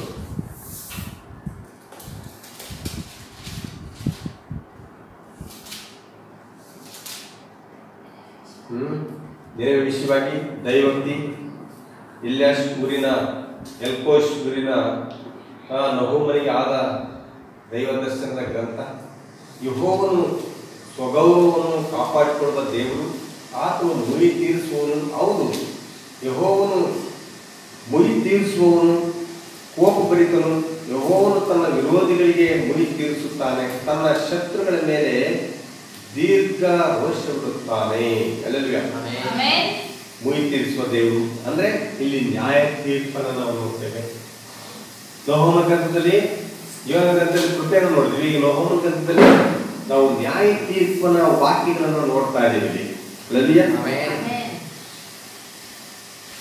ಇಲ್ಲಿ ನೆನವೆ ಕುರಿತು ಇಲ್ಲಿ ತೀರ್ಪು ಪ್ರಕಟ ಆಗ್ತಾ ಇದೆ. ನೆನವೆ ಒಂದು ಕಾಲದಲ್ಲಿ ಯೋನನ ಮೂಲಕವಾಗಿ ಕೃಪೆ ಸಿಕ್ತು. ಈಗ ನಹೂಮನ ಮೂಲಕವಾಗಿ ತೀರ್ಪು ಪ್ರಕಟವಾಗಿದೆ. ಯಾವ ಪಟ್ಟಣ? ನೆನವೆ ಪಟ್ಟಣ. ಈ ಪ್ರವಾದನೆ 100 ವರ್ಷಗಳ ನಂತರ ನೆನವೆ ನಾಶವಾಯಿತು. ಈ ಪ್ರವಾದನೆ ಆದ 100 ವರ್ಷಗಳ ನಂತರ ನೆನವೇನಾದ್ರು ನಾಶ ಆಯಿತು. ಪಟ್ಟಣವೆಲ್ಲ ಕೂಡ ಹಾಳಾಗಿ ಹೋಯಿತು. ನಹೂಮನ ಪುಸ್ತಕದಲ್ಲಿ ನೆನವೆ ಮೇಲೆ ತೀರ್ಪು ಬರುವುದನ್ನು ನೀವು ನೋಡುತ್ತೀರಿ. ನೀವು ಮನೆಗೆ ಹೋದ ಮೇಲೆ ನಹೂಮ ಪುಸ್ತಕವನ್ನು ಓದ್ರಿ ಮನೆ. ಹಲ್ಲೆಲೂಯಾ. ಯೋನ ಕಾಲದಲ್ಲಿ ನೆನವೆ ಕೃಪೆ ಬಂದಿತ್ತು, ಆದರೆ ನಹೂಮನ ಕಾಲದಲ್ಲಿ ನೆನವೆ ತೀರ್ಪು ಪ್ರಕಟಗೊಂಡಿತ್ತು. ತೀರ್ಪು ಅಂದ್ರೆ ಅದು ಶ್ರಮೆ ಕಾಲವಾಗಿದೆ, ಹಿಂಸೆಯ ಕಾಲವಾಗಿದೆ. ಅಂದ್ರೆ ಅದು 7ನೇ ತುತ್ತೂರಿಯಾಗಿದೆ. ನೆನವೆ ಏನದು? ಬೆಬಿಲೋನ್ ಆಗಿದೆ. ಪ್ರಕಟಣೆ 18ನೇ ಅಧ್ಯಾಯದಲ್ಲಿ ನೆನವೆ ಏನಾಗಿದೆ? ಅದು ಬೆಬಿಲೋನ್ ಆಗಿದೆ. ಬೆಬಿಲೋನ್ ಬಿದ್ದು ಹೋಯಿತು ಅಂತ ನಾವು ನೋಡ್ತೇವೆ. ಬಿದ್ದು ಹೋಯಿತು ಬೆಬಿಲೋನ್ ಮಹಾವೇಶ ಬಿದ್ದಳು ಅಂತ ಬರೆಯಲ್ಪಟ್ಟಿದ್ದಾರೆ. ಅದು ತೀರ್ಪಿನ ಸಂದೇಶವಾಗಿದೆ. ಸಹೋದರಿ, ನೀವು ಕೇಳಿಸ್ಕೊಳ್ತಾ ಇದ್ದೀರಾ? ಇಲ್ಲಿ ನೋಡಿ, ಎಷ್ಟು ಮಾತ್ರವೂ ಕೃಪೆ ಇಲ್ಲ. ಇದು ತೀರ್ಪು, ಶ್ರಮೆ ಕಾಲ. ಹಲ್ಲೆಲೂಯಾ. ತೀರ್ಪು ಅಂದ್ರೇನು? ಶ್ರಮೆ ಕಾಲ, ಹಿಂಸೆಯ ಕಾಲ. ಹಲ್ಲೆಲೂಯಾ. ಅದು ಪ್ರಾಯಶ್ಚಿತ್ತದ ಹಬ್ಬ. ಅದು ಶ್ರಮೆ ಕಾಲದಲ್ಲಿ ಪ್ರಾಯಶ್ಚಿತ್ತದ ಹಬ್ಬ. ಅದು ಯೋನ ಪೆಂತಿಕೋಸ್ಟ್ ಹಬ್ಬವಾಗಿದ್ದನು, ನಹೂಮನು ಪ್ರಾಯಶ್ಚಿತ್ತ ಹಬ್ಬವಾಗಿದ್ದಾನೆ. ಯೋನ ಮತ್ತು ನಹೂಮನ ಮಧ್ಯದಲ್ಲಿ ಎತ್ತಲ್ಪಡುವಿಕೆ ಇರಬೇಕಾಗಿದೆ. ಅದೇ ಮೀಕ ಗ್ರಂಥ. ಆಮೇಲೆ ನಹೂಮನ ಪುಸ್ತಕದಲ್ಲಿ ಈ ತೀರ್ಪಿನ ವಾಕ್ಯವನ್ನು ಯಾರು ತೆಗೆದುಕೊಂಡು ಬಂದರು? ನಹೂಮನ ಪುಸ್ತಕದಲ್ಲಿ ಈ ತೀರ್ಪಿನ ವಾಕ್ಯವನ್ನು ಯಾರು ತೆಗೆದುಕೊಂಡು ಬಂದರು? ನಹೂಮ ತೆಗೆದುಕೊಂಡು ಬಂದರು. ಹಲ್ಲೆಲೂಯಾ. ತೀರ್ಪಿನ ವಾಕ್ಯವನ್ನು ಯಾರು ತೆಗೆದುಕೊಂಡು ಬಂದರು? ನಹೂಮ ಪ್ರವಾದಿ ತೆಗೆದುಕೊಂಡು ಬಂದರು. ಹಲ್ಲೆಲೂಯಾ. ಮತ್ತೆ ಇದು ಕೂಡ ಇನ್ನೊಬ್ಬ ಮನುಷ್ಯನಾಗಿದ್ದಾನೆ. ಯೋನ ಕೂಡ ಒಬ್ಬ ಮನುಷ್ಯ, ನಹೂಮ ಕೂಡ ಒಬ್ಬ ಮನುಷ್ಯ. ಹಲ್ಲೆಲೂಯಾ. ಯೋನಲ್ಲಿ ಕೃಪಾ ಸಿಂಹಾಸನ ಇತ್ತು, ನಹೂಮನಲ್ಲಿ ತೀರ್ಪಿನ ಸಿಂಹಾಸನ ಇದೆ. ಯೋನದಿಂದ ಕೃಪೆ ಪ್ರಕಟ ಆಯಿತು, ನಹೂಮನಿಂದ ಏನ್ ಪ್ರಕಟ ಆಯಿತು? ತೀರ್ಪು ಪ್ರಕಟ. ನಹೂಮನು ಇವನಲ್ಲಿಗೂ ನಹೂಮನಿಗೂ 150 ವರ್ಷ ಅಂತರ. ಇವನಿಗೂ ನಹೂಮನಿಗೆ ಎಷ್ಟು ವರ್ಷ ಅಂತರ? 150 ವರ್ಷ. 150 ವರ್ಷಗಳಲ್ಲಿ ಆ ನೆನೆವೆಗೆ ಕೃಪೆ ಹೋಗಿ ತೀರ್ಪು ಬಂದಿತ್ತು. ಅಲ್ಲವೇ? ಇವನಿಗೆ ಏನು ಬಂತು? ಕೃಪೆ ಹೋಗಿ ತೀರ್ಪು ಬಂತು. ಇವನ ಹತ್ರ ಕೃಪೆ ಇತ್ತು, ನಹೂಮನ ಹತ್ರ ತೀರ್ಪಿದೆ. ಈಗ ನಹೂಮನಿಂದ ನಾನು ಏನು ಆಶಿಸಬಹುದು? ನಹೂಮನಿಂದ ಏನು ಆಶಿಸಬಹುದು? ಮಿಂಚುಗಳು, ಗುಡುಗುಗಳು, ಸ್ವರಗಳು, ರಕ್ತ ಹೊರಟು ಹೋಗಿದೆ. ಸಹೋದರ ಕೇಳ್ರಿ, ನಾನು ನಿಮಗೆ ಈ ದಿನ ಒಂದನ್ನು ಸ್ಪಷ್ಟಪಡಿಸ್ತೇನೆ. ಅಲ್ಲೆಲ್ಲೂಯಾ. ಕೃಪಾ ಸಿಂಹಾಸನವು ಅದು ತೀರ್ಪಿನ ಸಿಂಹಾಸನವಾಗಿ ಬದಲಾಗಿತ್ತು. ಕೃಪಾ ಸಿಂಹಾಸನವಾಗಿ ಏನಾಗಿದೆ? ತೀರ್ಪಿನ ಸಿಂಹಾಸನವಾಗಿ ಬದಲಾಗಿದೆ, ಮನುಷ್ಯನಾಗಿ ಬದಲಾಗಿದೆ. ಜನರು ಅಂದುಕೊಂಡರು ಅದು ಪರಲೋಕದಲ್ಲಿ ನಡೆದಿದೆ ಎಂದು ತಿಳ್ಕೊಳ್ತಾರೆ ಜನ. ಕೃಪಾ ಸಿಂಹಾಸನ, ತೀರ್ಪಿನ ಸಿಂಹಾಸನ ಬದಲಾದದ್ದು ಪರಲೋಕದಲ್ಲಿ ಅಲ್ಲ. ಅಲ್ಲೆಲ್ಲೂಯಾ. ಕೇಳಿಸ್ಕೊಡ್ರಿ ಸಹೋದರ ಸಹೋದರಿ, ಯಾವಾಗ ಕುರಿಮರಿ ಆ ಸಿಂಹಾಸನದ ಮೇಲೆ ಬಂದಿತೋ, ಕುರಿಮರಿ ಯಾವ ಸಿಂಹಾಸನದಲ್ಲಿ ಬಂದಿತೋ, ಆ ಸಿಂಹಾಸನದಿಂದ ಯಾವಾಗ ಕುರಿಮರಿ ಹೊರಗಡೆ ಬಂದಿತೋ, ಅಲ್ಲಿ ಪರಲೋಕದ ಸಿಂಹಾಸನದಿಂದ ಕುರಿಮರಿ ಹೊರಗಡೆ ಬಂದಿತೋ, ಅದು ತೀರ್ಪು ಸಿಂಹಾಸನವಾಯಿತು. ಆತನು 7 ಮುದ್ರೆಗಳನ್ನು ತೆರೆದನು. ಇಲ್ಲಿಗೆ ಆ ಪುಸ್ತಕವನ್ನು ತೆಗೆದುಕೊಂಡು ಬಂದನು. ಯಾವಾಗ? 1963ರಲ್ಲಿ ಮುದ್ರೆ ಪುಸ್ತಕವನ್ನು, ಪರಲೋಕವನ್ನು ಬಿಟ್ಟು ಮುದ್ರೆ ಪುಸ್ತಕ ತೆಗೆದುಕೊಂಡು ಪ್ರಕಟಣೆ 10ನೇ ಅಧ್ಯಾಯದಲ್ಲಿ ಬಲಿಷ್ಠನ ದೇವದೂತನಾಗಿ ಇಳಿದು ಬಂದಿದ್ದಾನೆ. 1963ರಲ್ಲಿ ಅದು ಒಂದು ವೇಳೆ ತೀರ್ಪಾದ್ರೆ ಯಾಕೆ ತೀರ್ಪಿನ ಸುರಿಸಲ್ಪಡಲಿಲ್ಲ? ಅದರ ಪರಲೋಕದಲ್ಲಿಲ್ಲ. ಪರಲೋಕದಲ್ಲಿ ಕೃಪಾ ಸಿಂಹಾಸನ ಕೆಳಗೆ ಬಂದಿದೆ. ಅಲ್ಲಿಯ ಯಾಕೆ ಅಲ್ಲಿ ಕೃಪಾ ಸಿಂಹಾಸನ ಇಲ್ಲ ಇದ್ರು ಕೂಡ, ತೀರ್ಪು ಅದನ್ನು ಪ್ರಕಟಿಸ್ತಾ ಇದ್ರು ಕೂಡ, ಯಾಕೆ ಇನ್ನು ಜನರಿಗೆ ತೀರ್ಪು ಬಂದಿಲ್ಲ? ಯಾಕೆ ಹಿಂಸೆ ಇನ್ನೂ ಬಂದಿಲ್ಲ? ಈ ವರ್ಷಗಳೆಲ್ಲ ಯಾಕೆ ತೀರ್ಪು ಸುರಿಸಲ್ಪಡ್ತಾ ಇಲ್ಲ? ಯಾಕೆಂದ್ರೆ ಆ ಕೃಪಾ ಸಿಂಹಾಸನ ಇನ್ನೂ ಇದೆ. ಕೃಪಾ ಸಿಂಹಾಸನ ಇನ್ನೂ ಎಲ್ಲಿದೆ? ಕ್ರಿಸ್ತನಲ್ಲಿಲ್ಲ, ಅದು ಮನುಷ್ಯರಲ್ಲಿದೆ. ಆತನ ಸಂದೇಶವನ್ನು ನಂಬಿದವರಲ್ಲಿದೆ. ಅಲ್ಲಿ ಕೃಪಾ ಸಿಂಹಾಸನ ಇದೆ. ಅಲ್ಲಿ ಕೃಪಾ ಸಿಂಹಾಸನ ಮನುಷ್ಯನಲ್ಲಿ ಕೆಳಗಿಳಿದು ಬಂದಿದೆ. ಕುರಿಮರಿ ಸಿಂಹಾಸನದಿಂದ ಹೊರಗೆ ಬಂದಿತ್ತು. ಆತನು ಈ ಭೂಮಿ ಮೇಲೆ ಒಂದು ತೆರೆಯಲ್ಪಟ್ಟ ಪುಸ್ತಕದಿಂದ ಬಂದನು. ಆತನ ಸಿಂಹಾಸನವನ್ನು ಈಗ ಇಲ್ಲಿ ಭೂಮಿಯಲ್ಲಿ ಇಟ್ಟಿದ್ದಾನೆ. ದೇವರ ಮರ್ಮವಾದ ಕ್ರಿಸ್ತನೆಂಬ ಸಂದೇಶದಲ್ಲಿ, ದೇವರ ಮರ್ಮವಾದ ಕ್ರಿಸ್ತನೆಂಬ ಸಂದೇಶದಲ್ಲಿ ಸಹೋದರ ಬ್ರಹ್ಮ್ ಹೇಳ್ತಾರೆ, ಸಭೆಯಲ್ಲಿ ಪರಿಶುದ್ಧಾತ್ಮ ಇರುವುದರಿಂದ ಅದು ಕ್ರಿಸ್ತನ ರಕ್ತವಾಗಿದೆ. ಅದಕ್ಕಾಗಿ ಇನ್ನೂ ನಮ್ಮ ಪ್ರಾರ್ಥನೆ ಉತ್ತರ ಸಿಗ್ತದೆ. ಅಲ್ಲವೇ? ಸಭೆಯಲ್ಲಿ ಯೇಸು ರಕ್ತವಿದೆ. ವಧು ಇಲ್ಲಿ ಇರುವವರೆಗೂ ಕೃಪೆ ಇರುತ್ತದೆ. ವಧು ಇರುವವರೆಗೂ ಕೃಪೆ ಇರುತ್ತದೆ. ವಧು ಮನೆಗೆ ಹೋದ ಮೇಲೆ, ಎತ್ತಲ್ಪಟ್ಟ ಮೇಲೆ ಕೃಪಾದಿನವು ಮುಕ್ತಾಯವಾಗುತ್ತದೆ. ಅಂದ್ರೆ ಅದು ಇನ್ನೂ ಮುಂದೆ ಶ್ರಮೆಗಳ ಕಾಲ ಆಗಿರ್ತದೆ, ಕಷ್ಟದ ಕಾಲ, ಹಿಂಸೆಯ ಕಾಲ ಆಗಿರ್ತದೆ. ಒಂದು ವೇಳೆ ಒಂದು ಎತ್ತಲ್ಪಟ್ರೆ ಇಲ್ಲಿ ಉಳಿಯದೇ ಉಳಿಯುತ್ತದೆ, ಲೋಕದಲ್ಲಿ ಹಿಂಸೆಗಳು ಉಳಿತವೆ. ಅಲ್ಲಿಯ ಕಣ್ಣೀರು, ಕಷ್ಟಗಳು ಉಳಿತವೆ. ಈ ಕೃಪೆ ಸಿಂಹಾಸನ ಎಲ್ಲಿ ತೀರ್ಪು ಸಿಂಹಾಸನ ಬದಲಾಗ್ತದಂದ್ರೆ ಇದೊಂದು ಮರ್ಮವಾಗಿದೆ. ಈಗ ಬಹು ಜಾಗ್ರತೆ ಕೇಳ್ರಿ ಸಹೋದರ ಬ್ರಹ್ಮ ವಿವರಿಸಿದ ಸೂತ್ರ ಇದು. ಕೃಪಾ ಸಿಂಹಾಸನವಾಗಿ ಯಾಕಿದೆ ಅಂದ್ರೆ, ಈಗ ಕೃಪಾ ಸಿಂಹಾಸನವಾಗಿ ಯಾಕಿದೆ ಅಂದ್ರೆ ರಕ್ತ ಅದರ ಮೇಲೆ ಇರುವುದಿಲ್ಲ. ಆದರೆ ರಕ್ತ ಎಂಬುದು ಹೋದ ಮೇಲೆ ಅದು ತೀರ್ಪಿನ ಸಿಂಹಾಸನ ಆಗುತ್ತದೆ. ಈಗ ವಧು ಮೇಲೆ ರಕ್ತ ಇದೆ, ವಧು ಎತ್ತಲ್ಪಟ್ಟ ಮೇಲೆ ಅದು ತೀರ್ಪಿನ ಸಿಂಹಾಸನವಾಗಿ ಮಾರ್ಪಡ್ತದೆ. ಆದರೆ ನಾನು ಒಂದನ್ನು ಹೇಳ್ತೇನೆ, ಕೃಪಾ ಸಿಂಹಾಸನ ತೀರ್ಪು ಸಿಂಹಾಸನವಾಗಿ ವಧುವಿನಲ್ಲಿ ಬದಲಾಗಿದೆ. ಯಾಕೆ? ರಕ್ತವು ವಧುವಿನೊಳಗೆ ಹೊರಗೆ ಹೋಗುತ್ತದೆ. ಏನದು? ಈ ದಿನ ರಕ್ತದ ಕೆಳಗೆ ನಾವೆಲ್ಲರೂ ಇದ್ದೇವೆ. ಒಂದು ದಿನ ಈ ರಕ್ತ ಹೊರಟು ಹೋಗುತ್ತದೆ. ನೀನು ಅನ್ನಬಹುದು ವಧುವನ್ನು ರಕ್ತ ಬಿಟ್ಟು ಹೋಗುತ್ತದೋ ಅಂತ. ಸಾಧ್ಯವಿಲ್ಲ ಸಹೋದರ. ಹೌದು, ಇದೇ ರಹಸ್ಯ ನಾನು ನಿನಗೆ ಸ್ಪಷ್ಟಪಡಿಸ್ತೇನೆ. ದಯಮಾಡಿ ಜಾಗ್ರತೆಯಿಂದ ಕೇಳಿ. ವಧುವನ್ನು ರಕ್ತ ಬಿಟ್ಟು ಹೋಗ್ತದ? ಹೌದು, ಆ ಜಾಗ್ರತೆ ಕೇಳ್ರಿ. ಮೂಲ ಸೂತ್ರವೇನೆಂದ್ರೆ ರಕ್ತ ಇರುವವರೆಗೂ ಕೃಪೆ ಇರುತ್ತದೆ. ಯಾವಾಗ ರಕ್ತ ಕೃಪಾ ಸಿಂಹಾಸನದಿಂದ ತೆಗೆದಾಕಲ್ಪಡ್ತದೋ ಅದು ಕೃಪಾ ಸಿಂಹಾಸನವಾಗಿ ತೀರ್ಪಿನ ಸಿಂಹಾಸನವಾಗುತ್ತದೆ ಅಂತ ನಾವು ಕೇಳ್ಕೊಂಡು ಬಂದಿದ್ವಿ. ನಾವು ಏನ್ ಹೇಳಿದ್ವು? ಕೃಪಾ ಸಿಂಹಾಸನ ಒಬ್ಬ ಮನುಷ್ಯರಲ್ಲಿ ಇದ್ದಿತ್ತು, ತೀರ್ಪು ಸಿಂಹಾಸನ ಕೂಡ ಒಬ್ಬ ಮನುಷ್ಯನಿದೆ. ಯೋನದಲ್ಲಿ ಕೃಪಾ ಸಿಂಹಾಸನ ಇತ್ತು, ನೋಹನಲ್ಲಿ ತೀರ್ಪಿನ ಸಿಂಹಾಸನ ಇದೆ ಅಂತ ನಾವು ಒಬ್ಬ ಮನುಷ್ಯನಲ್ಲಿ ಇದೆ ಅಂತ ನಾವು ಕೇಳಿ ಬಂದಿದ್ವಿ. ಅಲ್ಲಿ ರಕ್ತವು ಆ ಮನುಷ್ಯನೊಳಗಿಂದ ತೆಗೆದುಹಾಕಲ್ಪಟ್ಟಾಗ ಇದನ್ನು ಇನ್ನೂ ಸ್ಪಷ್ಟಪಡಿಸ್ತಾರೆ. ಇಬ್ರಿಯ ಪತ್ರಿಕೆ 13:20. ಇಬ್ರಿಯ ಪತ್ರಿಕೆ 13:20.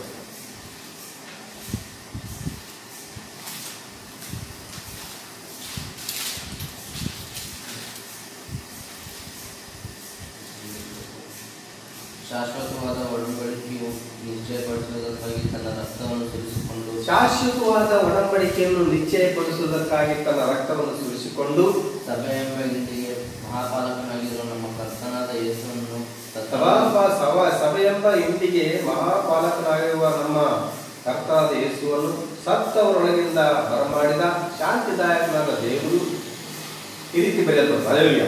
ಶಾಶ್ವತವಾದ ಅಂದ್ರೆ ನಿತ್ಯ ಇರುವಂತ, ನಿತ್ಯ ಇರುವಂತಲ್ಲ, ಯುಗ ಯುಗ ಅಂತ ಇರುವಂತ. ಅಲ್ಲೆಲೂಯಾ. ನೋಡ್ತೇವೆ, ರಕ್ತ ಯುಗ ಯುಗಗಳಿರ್ತದೆ, ಶಾಶ್ವತ ಇರಲ್ಲ ರಕ್ತ. ರಕ್ತ ಅನ್ನುವಂಥದ್ದು ನಿತ್ಯತ್ವ ಅಲ್ಲ. ಅದು ನಿತ್ಯತ್ವದ ರಕ್ತ ಬೇಕಾಗಲ್ಲ ನಮಗೆ. ಅಲ್ಲೆಲೂಯಾ. ರಕ್ತಕ್ಕೆ ಒಂದು ಕಾಲಮಿತಿ ಇದೆ. ಆ ಕಾಲಮಿತಿ ವಧು ಎತ್ತಲ್ಪಡೋ ತನಕ ಮಾತ್ರ ರಕ್ತಕ್ಕೆ ವ್ಯಾಲ್ಯೂ. ಅಲ್ಲೆಲೂಯಾ. ವಧು ಎತ್ತಲ್ಪಟ್ಟ ಮೇಲೆ ಅಲ್ಲೆಲ್ಲ ಮಹಾಪರಿಶುದ್ಧರು ಇರೋದ್ರಿಂದ ಅಲ್ಲಿ ಅವರಿಗೆ ರಕ್ತ ಅಗತ್ಯ ಇರಲ್ಲ ಅನ್ನುವಂಥದ್ದು ಪ್ರವಾದಿಕರು ನಮ್ಮವರಿಗೆ ವಿವರಿಸ್ತಾರೆ. ಅಲ್ಲವೇ ಪ್ರವಾದಿಕರನ್ನು ಈ ವಾಕ್ಯವನ್ನು ತೋರಿಸ್ತಾರೆ. ಮತ್ತೆ ಆತ್ಮನಿದನು ನೀವು ಗಮನಿಸಿದ್ರ, ಚಿಹ್ನೆ ಎಂಬ ಸಂದೇಶದಿಂದ ಓದ್ತೇನೆ. ಯೇಸುವಿನ ರಕ್ತದ ಕುರಿತು ಮಾತಾಡ್ತಿದ್ದಾರೆ. ಅದು ಯುಗ ಯುಗಗಳಲ್ಲಿ ಇರುವ ಒಡಂಬಡಿಕೆ ಎಂದು ಕರೆಯಲ್ಪಟ್ಟಿದೆ. ಯುಗ ಯುಗಗಳಲ್ಲಿರುವಂತ ಶಾಶ್ವತವಾದಂತ ಏನಂತಿದೆ ಅಲ್ಲಿ, ಅದು ಯುಗ ಯುಗಗಳಲ್ಲಿ ಇರುವಂಥದ್ದು ರಕ್ತ. ಅಲ್ಲೂಯಾ. ಪ್ರವಾದಿಗಳು ವಿವರಿಸ್ತಾರೆ, ಯುಗ ಯುಗಗಳು ಎಂಬುದು ಒಂದು ಕಾಲದ ಪರದೆಯಾಗಿದೆ, ಒಂದು ಕಾಲ ಮಿತಿ. ಅದು ಯುಗ ಯುಗ. ಆ ಕಾಲಕ್ಕೆ ಅಂತ್ಯವಿದೆ, ನಿತ್ಯತ್ವಕ್ಕೆ ಅಂತ್ಯ ಎಂಬುದು ಇಲ್ಲ. ಯೇಸುವಿನ ರಕ್ತ ಯುಗ ಯುಗಗಳಲ್ಲಿ ಇರುತ್ತದೆ, ಆದರೆ ಅದು ನಿತ್ಯತ್ವದಲ್ಲಿ ಅಲ್ಲ. ಬ್ರಹ್ಮನ್ ಈ ಪಾಯಿಂಟ್ ಅನ್ನು ಆತನು ಎತ್ತಿ ತೋರಿಸಿದ್ದಾನೆ. ಮತ್ತು ಚಿಹ್ನೆ ಎಂಬ ಸಂದೇಶದಲ್ಲಿ ಅಲ್ಲಿ ಟೋಕನ್ ಎಂಬ ಸಂದೇಶದಲ್ಲಿ ಆತನು ವಿವರಿಸ್ತಾನೆ. ಅದರಲ್ಲಿ ಇನ್ನೂ ಈ ರೀತಿ ಹೇಳ್ತಾನೆ, ಯಾಕೆ ಅದು ಯುಗ ಯುಗಗಳಲ್ಲಿ ಒಡಂಬಡಿಕೆಯಾಗಿದೆ, ಯಾಕೆ ಅದು ನಿತ್ಯತ್ವದಿಂದ ಕರೆಯಲ್ಪಡಲಿಲ್ಲ?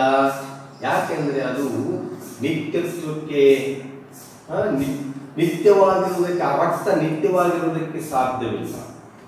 ನಾವು ಯಾವಾಗ ಬಿಡುಗಡೆ ಹೊಂದುತ್ತೇವೋ ಅದು ಎಲ್ಲವೂ ಮುಕ್ತಾಯ ಆಗ್ತದೆ. ರಕ್ತಗಳೆಲ್ಲವೂ ಮುಕ್ತಾಯ ಆಗ್ತದೆ. ಅಲ್ಲವೇ ರಕ್ತ ಅನ್ನುವ ಪ್ರಾರ್ಥನೆಗಳೆಲ್ಲ ಮುಕ್ತಾಯ ಆಗ್ತದೆ.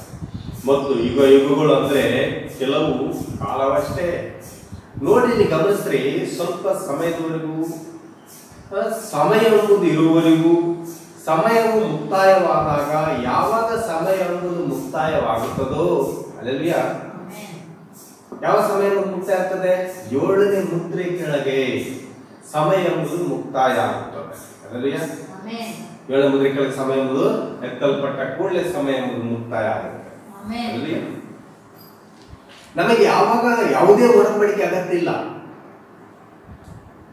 ಸಮಯ ಮುಕ್ತಾಯ ಆದ್ಮೇಲೆ ಯಾವುದೇ ಒಡಂಬಡಿಕೆ ನಮಗೆ ಅಗತ್ಯ ಇಲ್ಲ. ಆದ್ರೆ ಸಮಯ ಎಂಬುದು ಮುಕ್ತಾಯ ಆಗುವವರೆಗೂ ನಮಗೆ ಒಡಂಬಡಿಕೆ ಬೇಕು.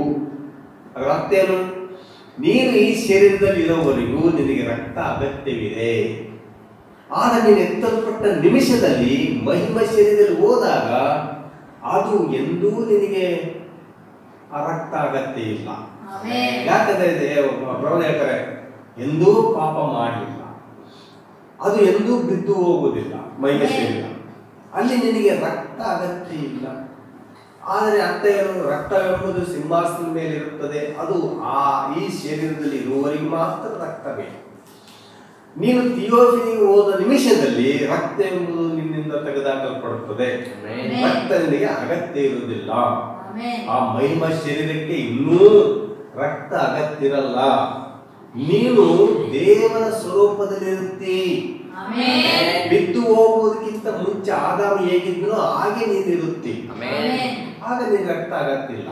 ಬಿದ್ದು ಹೋದ ರಕ್ತ ಚಾತಿಯಾಗಿದ್ದು ಆದವನು ಬಿದ್ದು ಹೋದ್ಮೇಲೆ ಕುರಿ ಬಲಿ ಕೊಟ್ಟು ದೇವರನ್ನು ಮಾಡಿದ ಅವ್ರಿಗೆ ಚರ್ಮದ ಅಂಗಿಯನ್ನು ತೊಡಿಸಿದಂತ ಓದ್ತೀವಿ. ಆಗ ರಕ್ತ ಪ್ರಾರಂಭ ಆಗಿದ್ದು ಪಾಪ ಮಾಡಿದ ನಂತರ. ಪಾಪಕ್ಕಿಂತ ಮುಂಚೆ ರಕ್ತ ಇರಲಿಲ್ಲ. ಅದೇ ರೀತಿ ನೀನು ಕೂಡ ಪಾಪಕ್ಕಿಂತ ಮುಂಚೆ ಈಗ ಈ ಲೋಕದಲ್ಲಿ ಈ ದೇಹ ಇರೋವರೆಗೂ ರಕ್ತ ಅಗತ್ಯ. ಈ ದೇಹ ಬಿಟ್ಟು ಮೈಮೆ ಶರೀರಕ್ಕೆ ಅಥವಾ ತೀರ್ಪು ಪಾಡಿಗೆ ಹೋದ್ಮೇಲೆ ನಿನ್ ರಕ್ತ ಅಲ್ಲಿ ಅಗತ್ಯ ಇರಲ್ಲ. ಅಲ್ಲಲ್ವಿಯ ರಕ್ತ ನಿನಗೆ ಅಗತ್ಯ ಇರೋದಿಲ್ಲ. ಆದರೆ ಈಗ ಕೃಪಾ ಸಿಂಹಾಸನವೆಂದರೆ ಈ ಶರೀರವಾಗಿದೆ. ಕೃಪಾ ಸಿಂಹಾಸನ ಈ ಶರೀರ. ನೀನ್ ತೀರ್ಪು ಪಾಡಿಗೆ ಹೋದ್ಮೇಲೆ ತೀರ್ಪು ಸಿಂಹಾಸನ ಪ್ರಾರಂಭ ಆಗುತ್ತೆ. ಈಗ ತೀರ್ಪು ಸಿಂಹಾಸನ ಅಂದ್ರೆ ಅದು ಮಹಿಮಾ ಶರೀರವಾಗಿದೆ. ರಕ್ತವೆಂಬುದು ಎಲ್ಲಿಲ್ಲೋ ಅಲ್ಲಿ ತೀರ್ಪು ಸಿಂಹಾಸನ ಪ್ರಾರಂಭ ಆಗುತ್ತೆ. ರಕ್ತ ಎಂಬುದಲ್ಲಿ ತೆಗೆದುಹಾಕಲ್ಪಡುತ್ತದೆ. ಯೋನ ಯಾರು? ಪ್ರಕೃತಿ ಸಂಬಂಧವಾದಂತ ಶರೀರಕ್ಕೆ ಹೋಲಿಕೆ ಯೋನ. ನವಮ ಯಾರು? ಮಹಿಮಾ ಶರೀರಕ್ಕೆ ಹೋಲಿಕೆಯಾಗಿದ್ದಾನೆ. ಪ್ರಕೃತಿ ಸಂಬಂಧ ಶರೀರಕ್ಕೆ ಯೋನ ಹೋಲಿಕೆ, ಮಹಿಮಾ ಶರೀರಕ್ಕೆ ನಹುಮ ಹೋಲಿಕೆ. ಯೋನಿಂದ ನಹುಮಿಗೆ ಹೋಗುತ್ತಿ, ಯೋನಿಂದ ಪ್ರಯಾಣ ಮಾಡಿ ನಹುಮಿನೊಳಗೆ ಹೋಗುತ್ತಿ, ಮತ್ತು ಮಹಿಮಾ ಶರೀರದೊಳಗೆ ಹೋಗುತ್ತಿ. ನೀನು ಪ್ರಕೃತಿ ಸಂಬಂಧವಾದಂತ ಶರೀರದಿಂದ ಮಹಿಮಕರವಾದಂತ ಶರೀರಕ್ಕೆ ಬದಲಾಗುತ್ತೆ. ಯೋನನ ಸಿಂಹಾಸನದ ಮೇಲೆ ರಕ್ತ ಇದ್ದು ನಹೋಮನ ಸಿಂಹಾಸನದಲ್ಲಿ ರಕ್ತ ಇಲ್ಲ. ಅದು ಮಹಿಮಾ ಶರೀರ.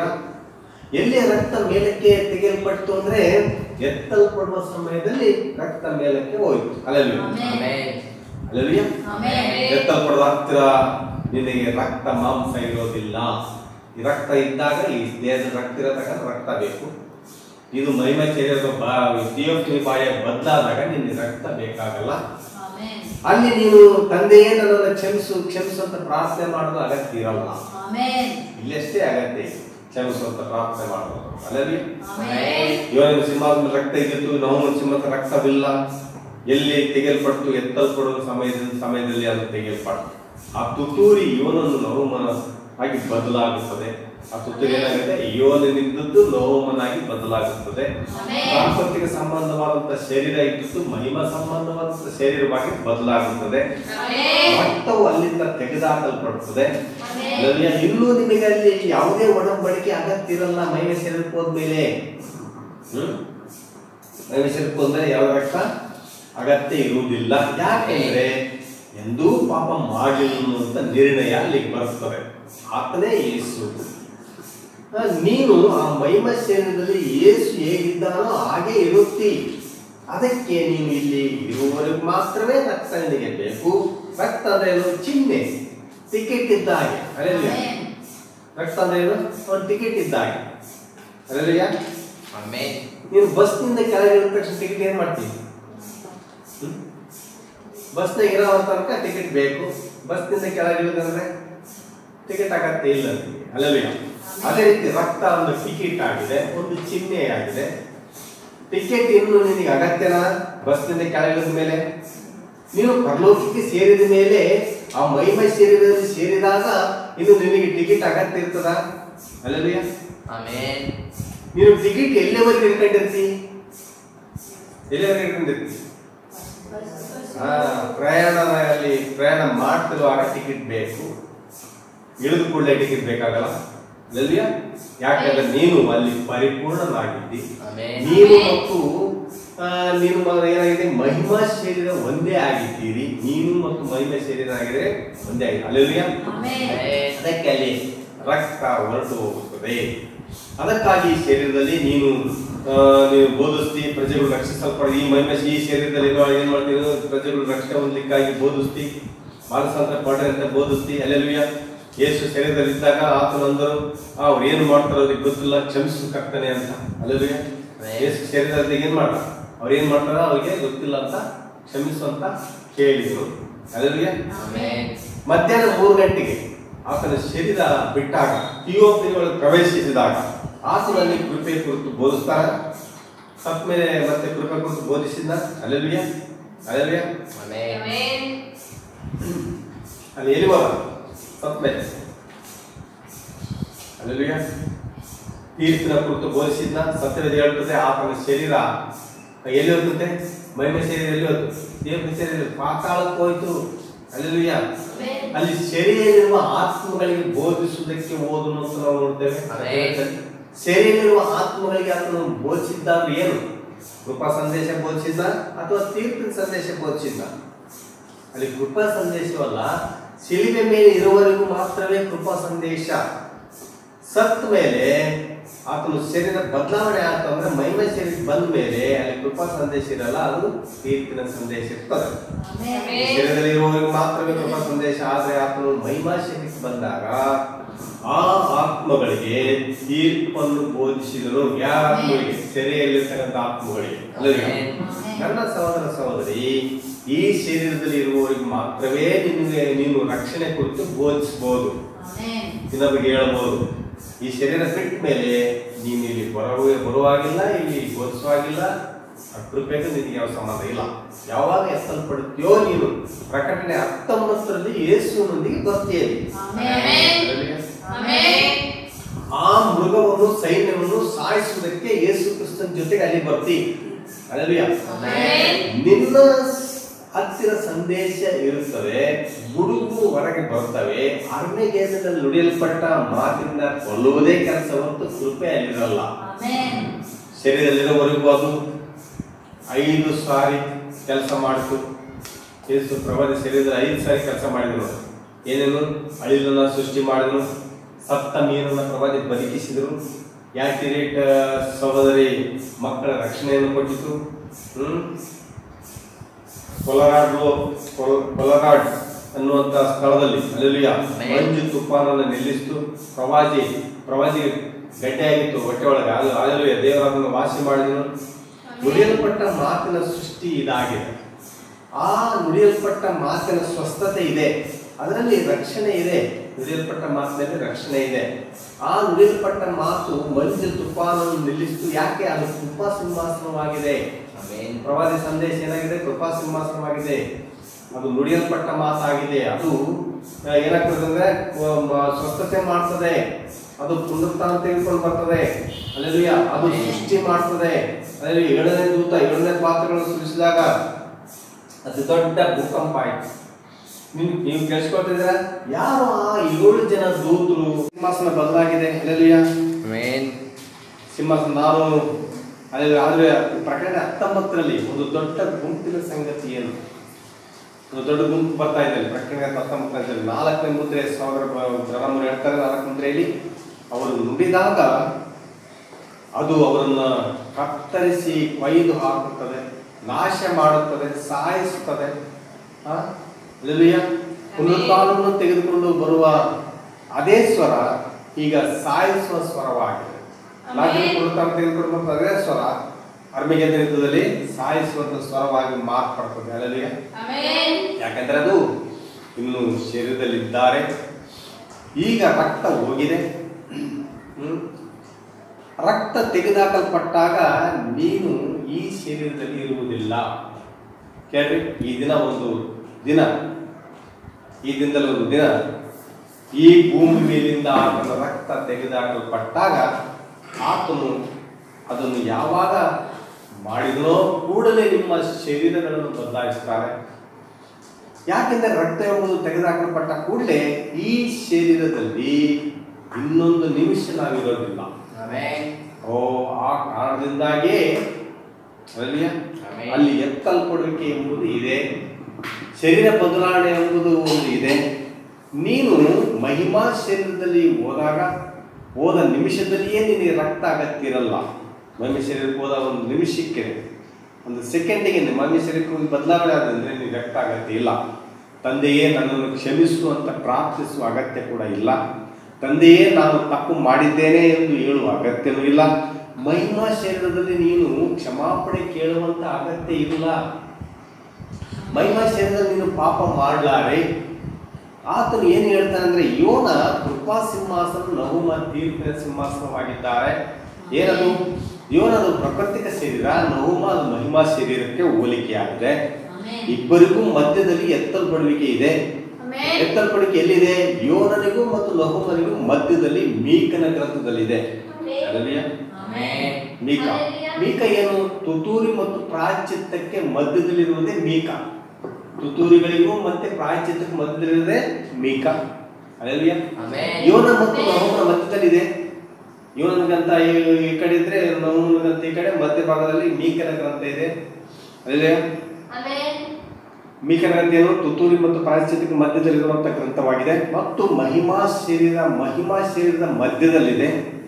ಪ್ರಾಕೃತಿಕ ಶರೀರ ಮತ್ತು ಮಹಿಮಾ ಶರೀರದ ಮಧ್ಯದಲ್ಲಿ ಮೀಕನ ಗ್ರಂಥ ಇದೆ. ಒಲಿಕೆಲ್ಲ ಅರ್ಥ ಮಾಡಿಕೊಡ್ತಿದ್ದೀರಾ? ಮೀಕದಲ್ಲಿ ಒಂದು ದೊಡ್ಡ ಪ್ರವಾದನೆ ಇದೆ. ಮೀಕದಲ್ಲಿ ದೊಡ್ಡ ಪ್ರವಾದನೆ ಇದೆ. ಹಲ್ಲೆಲೂಯಾ. ಅದು 5ನೇ ಅಧ್ಯಾಯದಲ್ಲಿದೆ. ಮೀಕ 5. ಮೀಕನ ಗ್ರಂಥದಲ್ಲಿ ದೊಡ್ಡ ಪ್ರವಾದನೆ ಇದೆ, ವಿಶೇಷವಾದಂಥ ಪ್ರವಾದನೆ, ದೇವರು ಕೊಟ್ಟಂಥ ಪ್ರವಾದನೆ ಮೀಕನ ಗ್ರಂಥದಲ್ಲಿ. ಮೀಕ 5ನೇ ಅಧ್ಯಾಯ. 5 ಅಂದ್ರೇನು? ಅದು ಕೃಪೆ ಸಂಖ್ಯೆಯಾಗಿದೆ. ಕೃಪೆ ಅಂದ್ರೇನು? ಗ್ರೇಸ್. ಗ್ರೇಸ್ ಅಂದ್ರೆ ಗ್ರೇಸ್.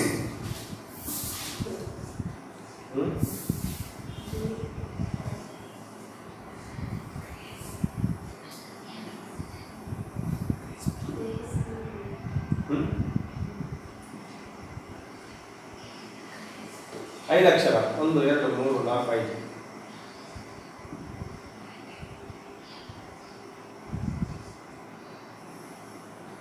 ಹಲ್ಲೆಲೂಯಾ. ರೇಸ್, ಜಿ ಬಿಡ್ರಿ. ಜಿ ಇದು ದೇವರು, ಗಾಡ್. ರೇಸ್ ಅಂದ್ರೆ ಸಂತತಿ, ದೇವರ ಸಂತತಿ. ಗ್ರೇಸ್ ಅಂದ್ರೆ ದೇವ್ರು, ಜಿ ಅಂದ್ರೆ ದೇವರು, ರೇಸ್ ಅಂದ್ರೆ ಸಂತತಿ, ವಂಶ. ಹಲ್ಲೆಲೂಯಾ. ಅರ್ಥಾತ್ ನಮಗೆ 5 ಅಕ್ಷರಗಳು.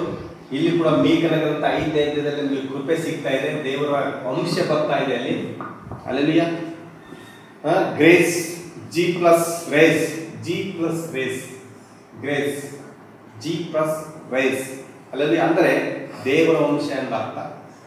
ನೀವೇ ದೇವರ ವಂಶವಾಗಿದ್ದೀರಿ, ನೀವೇ ದೇವರ ಕುಟುಂಬವಾಗಿದ್ದೀರಿ, ದೇವರ ವಂಶವಳಿಯಾಗಿದ್ದೀರಿ. ದೇವರು ಯಾರು ಜಿ ರೇಸ್ನಲ್ಲಿ ಇದ್ದಾರೋ, ದೇವರ ವಂಶವಳಿಯಲ್ಲಿ ಇದ್ದಾರೋ ಅವರೇ ದೇವರ ವಂಶದಲ್ಲಿ ದೇವರೊಂದಿಗೆ ಕೂತುಕೊಳ್ಳುವರಾಗಿದ್ದಾರೆ. ಮೀಕ 5:2 ಓದಿ. 5ನೇ ಅಧ್ಯಾಯ 2ನೇ ವಚನ. ಎಫ್ರಾತದ ಬೆತ್ಲೆಹೇಮೆ, ನೀನು ಯೆಹೂದದ ಗ್ರಾಮಗಳಲ್ಲಿ ಚಿಕ್ಕದಾಗಿದ್ದರೂ ಇಸ್ರಾಯೇಲನ್ನು ಆಳತಕ್ಕ ನಿನ್ನೊಳಗಿಂದ ನನಗಾಗಿ ಹೊರಡುವನು. ಆತನ ಹೊರಡೋಣದ ಮೂಲವು ಪುರಾತನವೂ ಅನಾದಿಯೂ ಆದದ್ದು. ಹಲ್ಲೆಲೂಯಾ. ಚಿಕ್ಕ ಪಟ್ಟಣ ಇದೆ ಬೆತ್ಲೆಹೇಮ್. ಹಲ್ಲೆಲೂಯಾ. ಈ ವಾಕ್ಯ ತೆಗೆದುಕೊಂಡು ಪ್ರಭಾತ ಒಂದು ಸಂದೇಶ ಕೂಡ ಬೋಧಿಸಿದ್ದಾರೆ ಇದೇ ವಾಕ್ಯದ ಮೇಲೆ. ಏನದು? ಅಲ್ಪವಾದ, ಯಾಕೆ ಅಲ್ಪವಾದ ಬೆತ್ಲೆಹೇಮ್ ಅಂತಕ್ಕಂಥ ಸಂದೇಶವನ್ನು ಪ್ರವಾದಿ ಬೋಧಿಸಿದ್ದಾರೆ. ಇದನ್ನ ನಾನು ನಿಮಗೊಂದು ತೋರಿಸ್ತೇನೆ. ಈಗ ಈ ಅಲ್ಪ ಬೆತ್ಲೆಹೇಮ್ ಎಲ್ಲಿದೆ? ಯೋನ ಮತ್ತು ನಹೂಮನ ಮಧ್ಯದಲ್ಲಿದೆ. ಈ ಮೀಕ ಗ್ರಂಥ ಎಲ್ಲಿದೆ? ಯೋನ ಮತ್ತು ನಹೂಮನ ಮಧ್ಯದಲ್ಲಿ ಈ ಒಂದು ಬೆತ್ಲೆಹೇಮ್ ಇದೆ. ಬೆತ್ಲೆಹೇಮ್ ಯಾರ ಸ್ಥಳ ಅದು? ಯಾರ ಸ್ಥಳ? ಅದ್ಭುತ ಸ್ಥಳ ಅದು. ಹಲ್ಲೆಲೂಯಾ. ರಾಹಾಬು ಮತ್ತು ಸಲ್ಮೋನ್ ಇದ್ದಂಥ ಸ್ಥಳ. ಹಲ್ಲೆಲೂಯಾ. ಅವುಗಳ ಮಧ್ಯದಲ್ಲಿರುವ ಖಾಲಿ ಇದೆ. ತುತ್ತೂರಿ ಮತ್ತು ಪ್ರಾಯಶ್ಚಿತ್ತ ಮಧ್ಯದಲ್ಲಿದೆ. 6-7 ತುತ್ತೂರಿ ಮಧ್ಯದಲ್ಲಿದೆ. ಪ್ರಾಕೃತಿಕ ಮತ್ತು ಮಹಿಮಾ ಶರೀರದ ಮಧ್ಯದಲ್ಲಿದೆ. ಅಲ್ಲಿ ಒಂದು ಅಲ್ಪವಾದ ಬೆತ್ಲೆಹೇಮ್ ಇದೆ.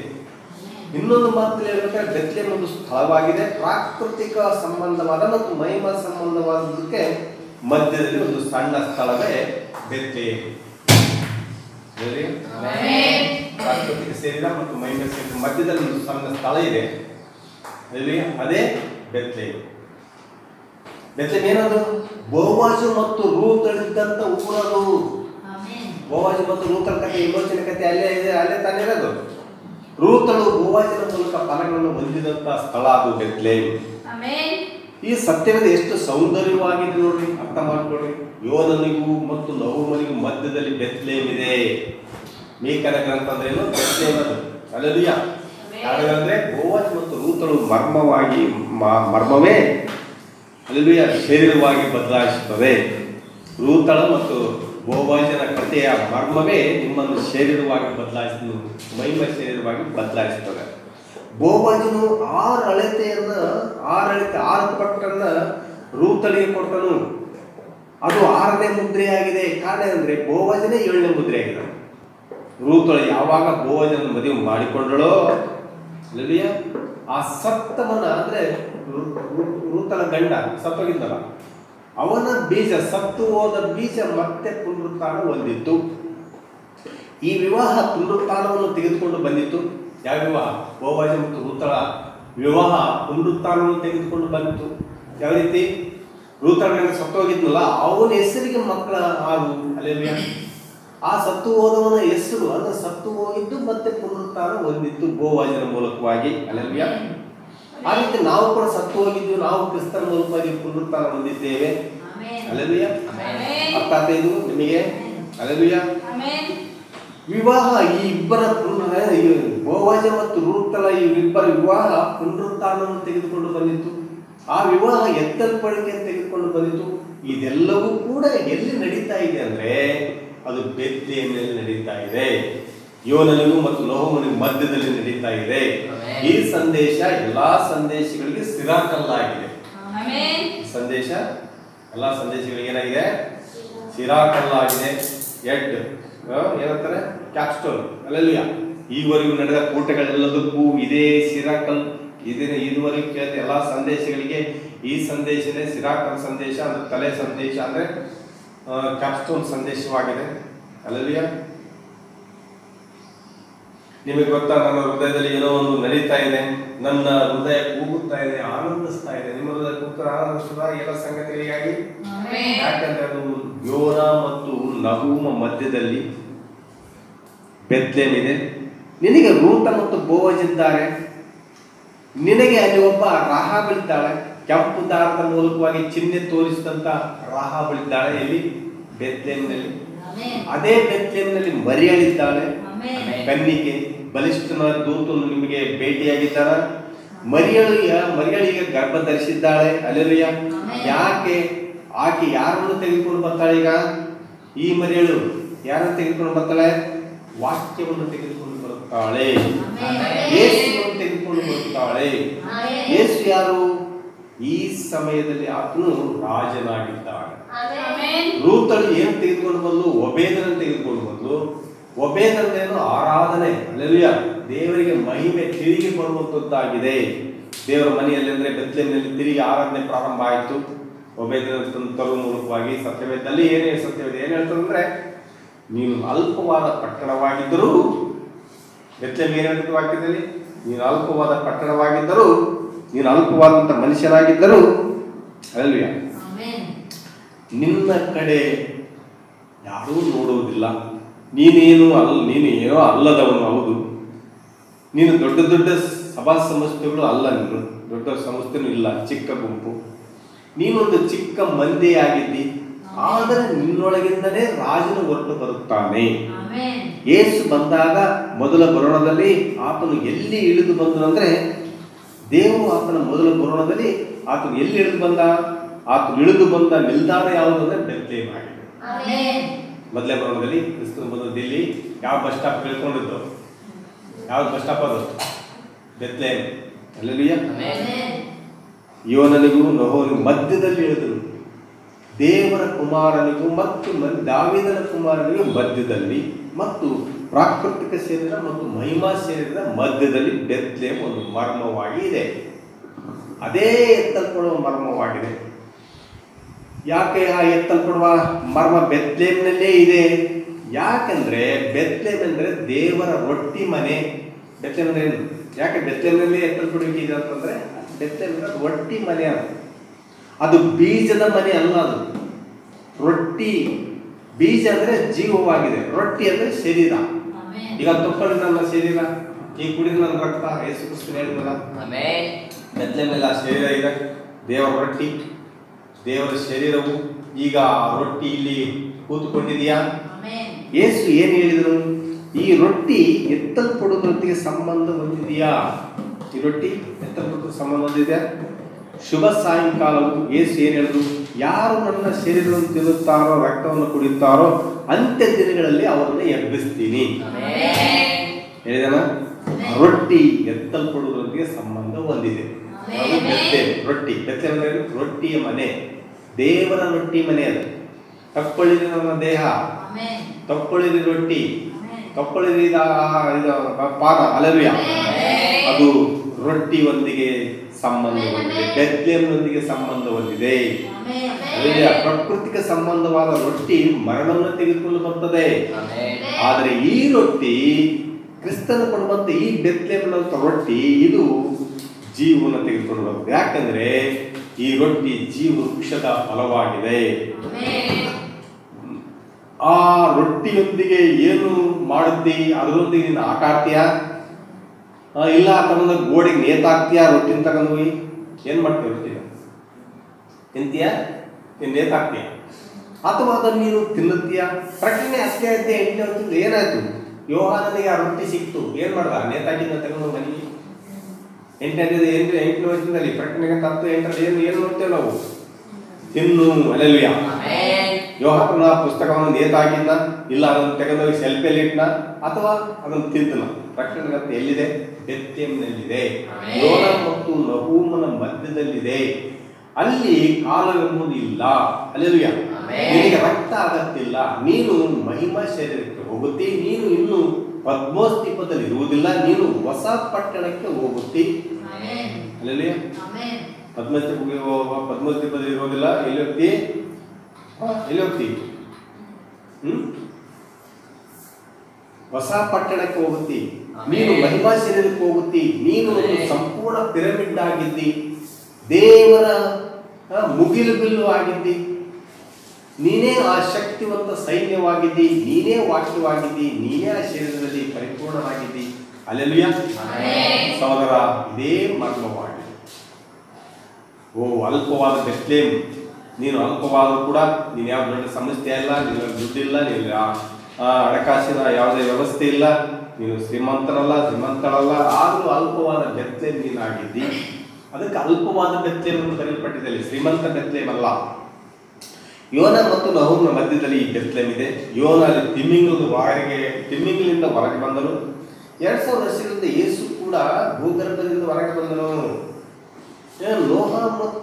ನೋಹ ನೆನವಿಗೆ ಬೋಧಿಸಿದನು. ಯೇಸು 7 ಸಭಾಕಾಲಗಳಿಗೆ ಬೋಧಿಸಿದನು. ಕೃಪಾ ಸಿಂಹಾಸನವಾಗಿದ್ದಾರೆ. ನಹೂಮನು ಅದು ತೀರ್ಪಿನ ಸಿಂಹಾಸನವಾಗಿದೆ. ಸಭಾಕಾಲಕ್ಕೂ ಮತ್ತು ಶ್ರಮೆ ಕಾಲಕ್ಕೂ ಮಧ್ಯ ತುತೂರಿಮ್ ಮತ್ತು ಪ್ರಾಯಶ್ಚಿತ್ತದ ಮಧ್ಯದಲ್ಲಿ ಮೀಕ ಬೆತ್ಲೆಹೇಮ್ ಆಗಿದ್ದ. ಒಂದು ಸಣ್ಣ ಪಟ್ಟಣ, ದೇವರ ರೊಟ್ಟಿ ಗೃಹ. ಹಲ್ಲೆಲೂಯಾ. ರೂತಳು ಮತ್ತು ಬೋವಾಜನ ಮನೆ, ರಾಹಬ ಮತ್ತು ಸಲ್ಮೋನನ ಮನೆ, ಈಶಾಯ ಮತ್ತು ದಾವಿದನ ಮನೆ. ದಾವಿದನು ಬೆತ್ಲೆಹೇಮಿನಿಂದ ಬಂದವನು. ಹಲ್ಲೆಲೂಯಾ. ಅಲ್ಲಿಯೇ ಇದೆ ಬೆತ್ಲೆಹೇಮ್. ಅದು ಪಟ್ಟಣ, ಅದು ಒಂದು ಸಣ್ಣ ಪಟ್ಟಣ. ಅದು ಆ ಪಟ್ಟಣ ಎಲ್ಲಿದೆ? ಈಗ ಎಲ್ಲಿದೆ? ಈಗ ಅಲ್ಲಿಗೆ ಹೋಗುವುದಕ್ಕೆ ಒಂದು ವಿಮಾನ ಟಿಕೆಟ್ ಏನಾದ್ರು ಬೇಕಾಗುತ್ತಾ? ಇಲ್ಲ ಸಹೋದರನೇ.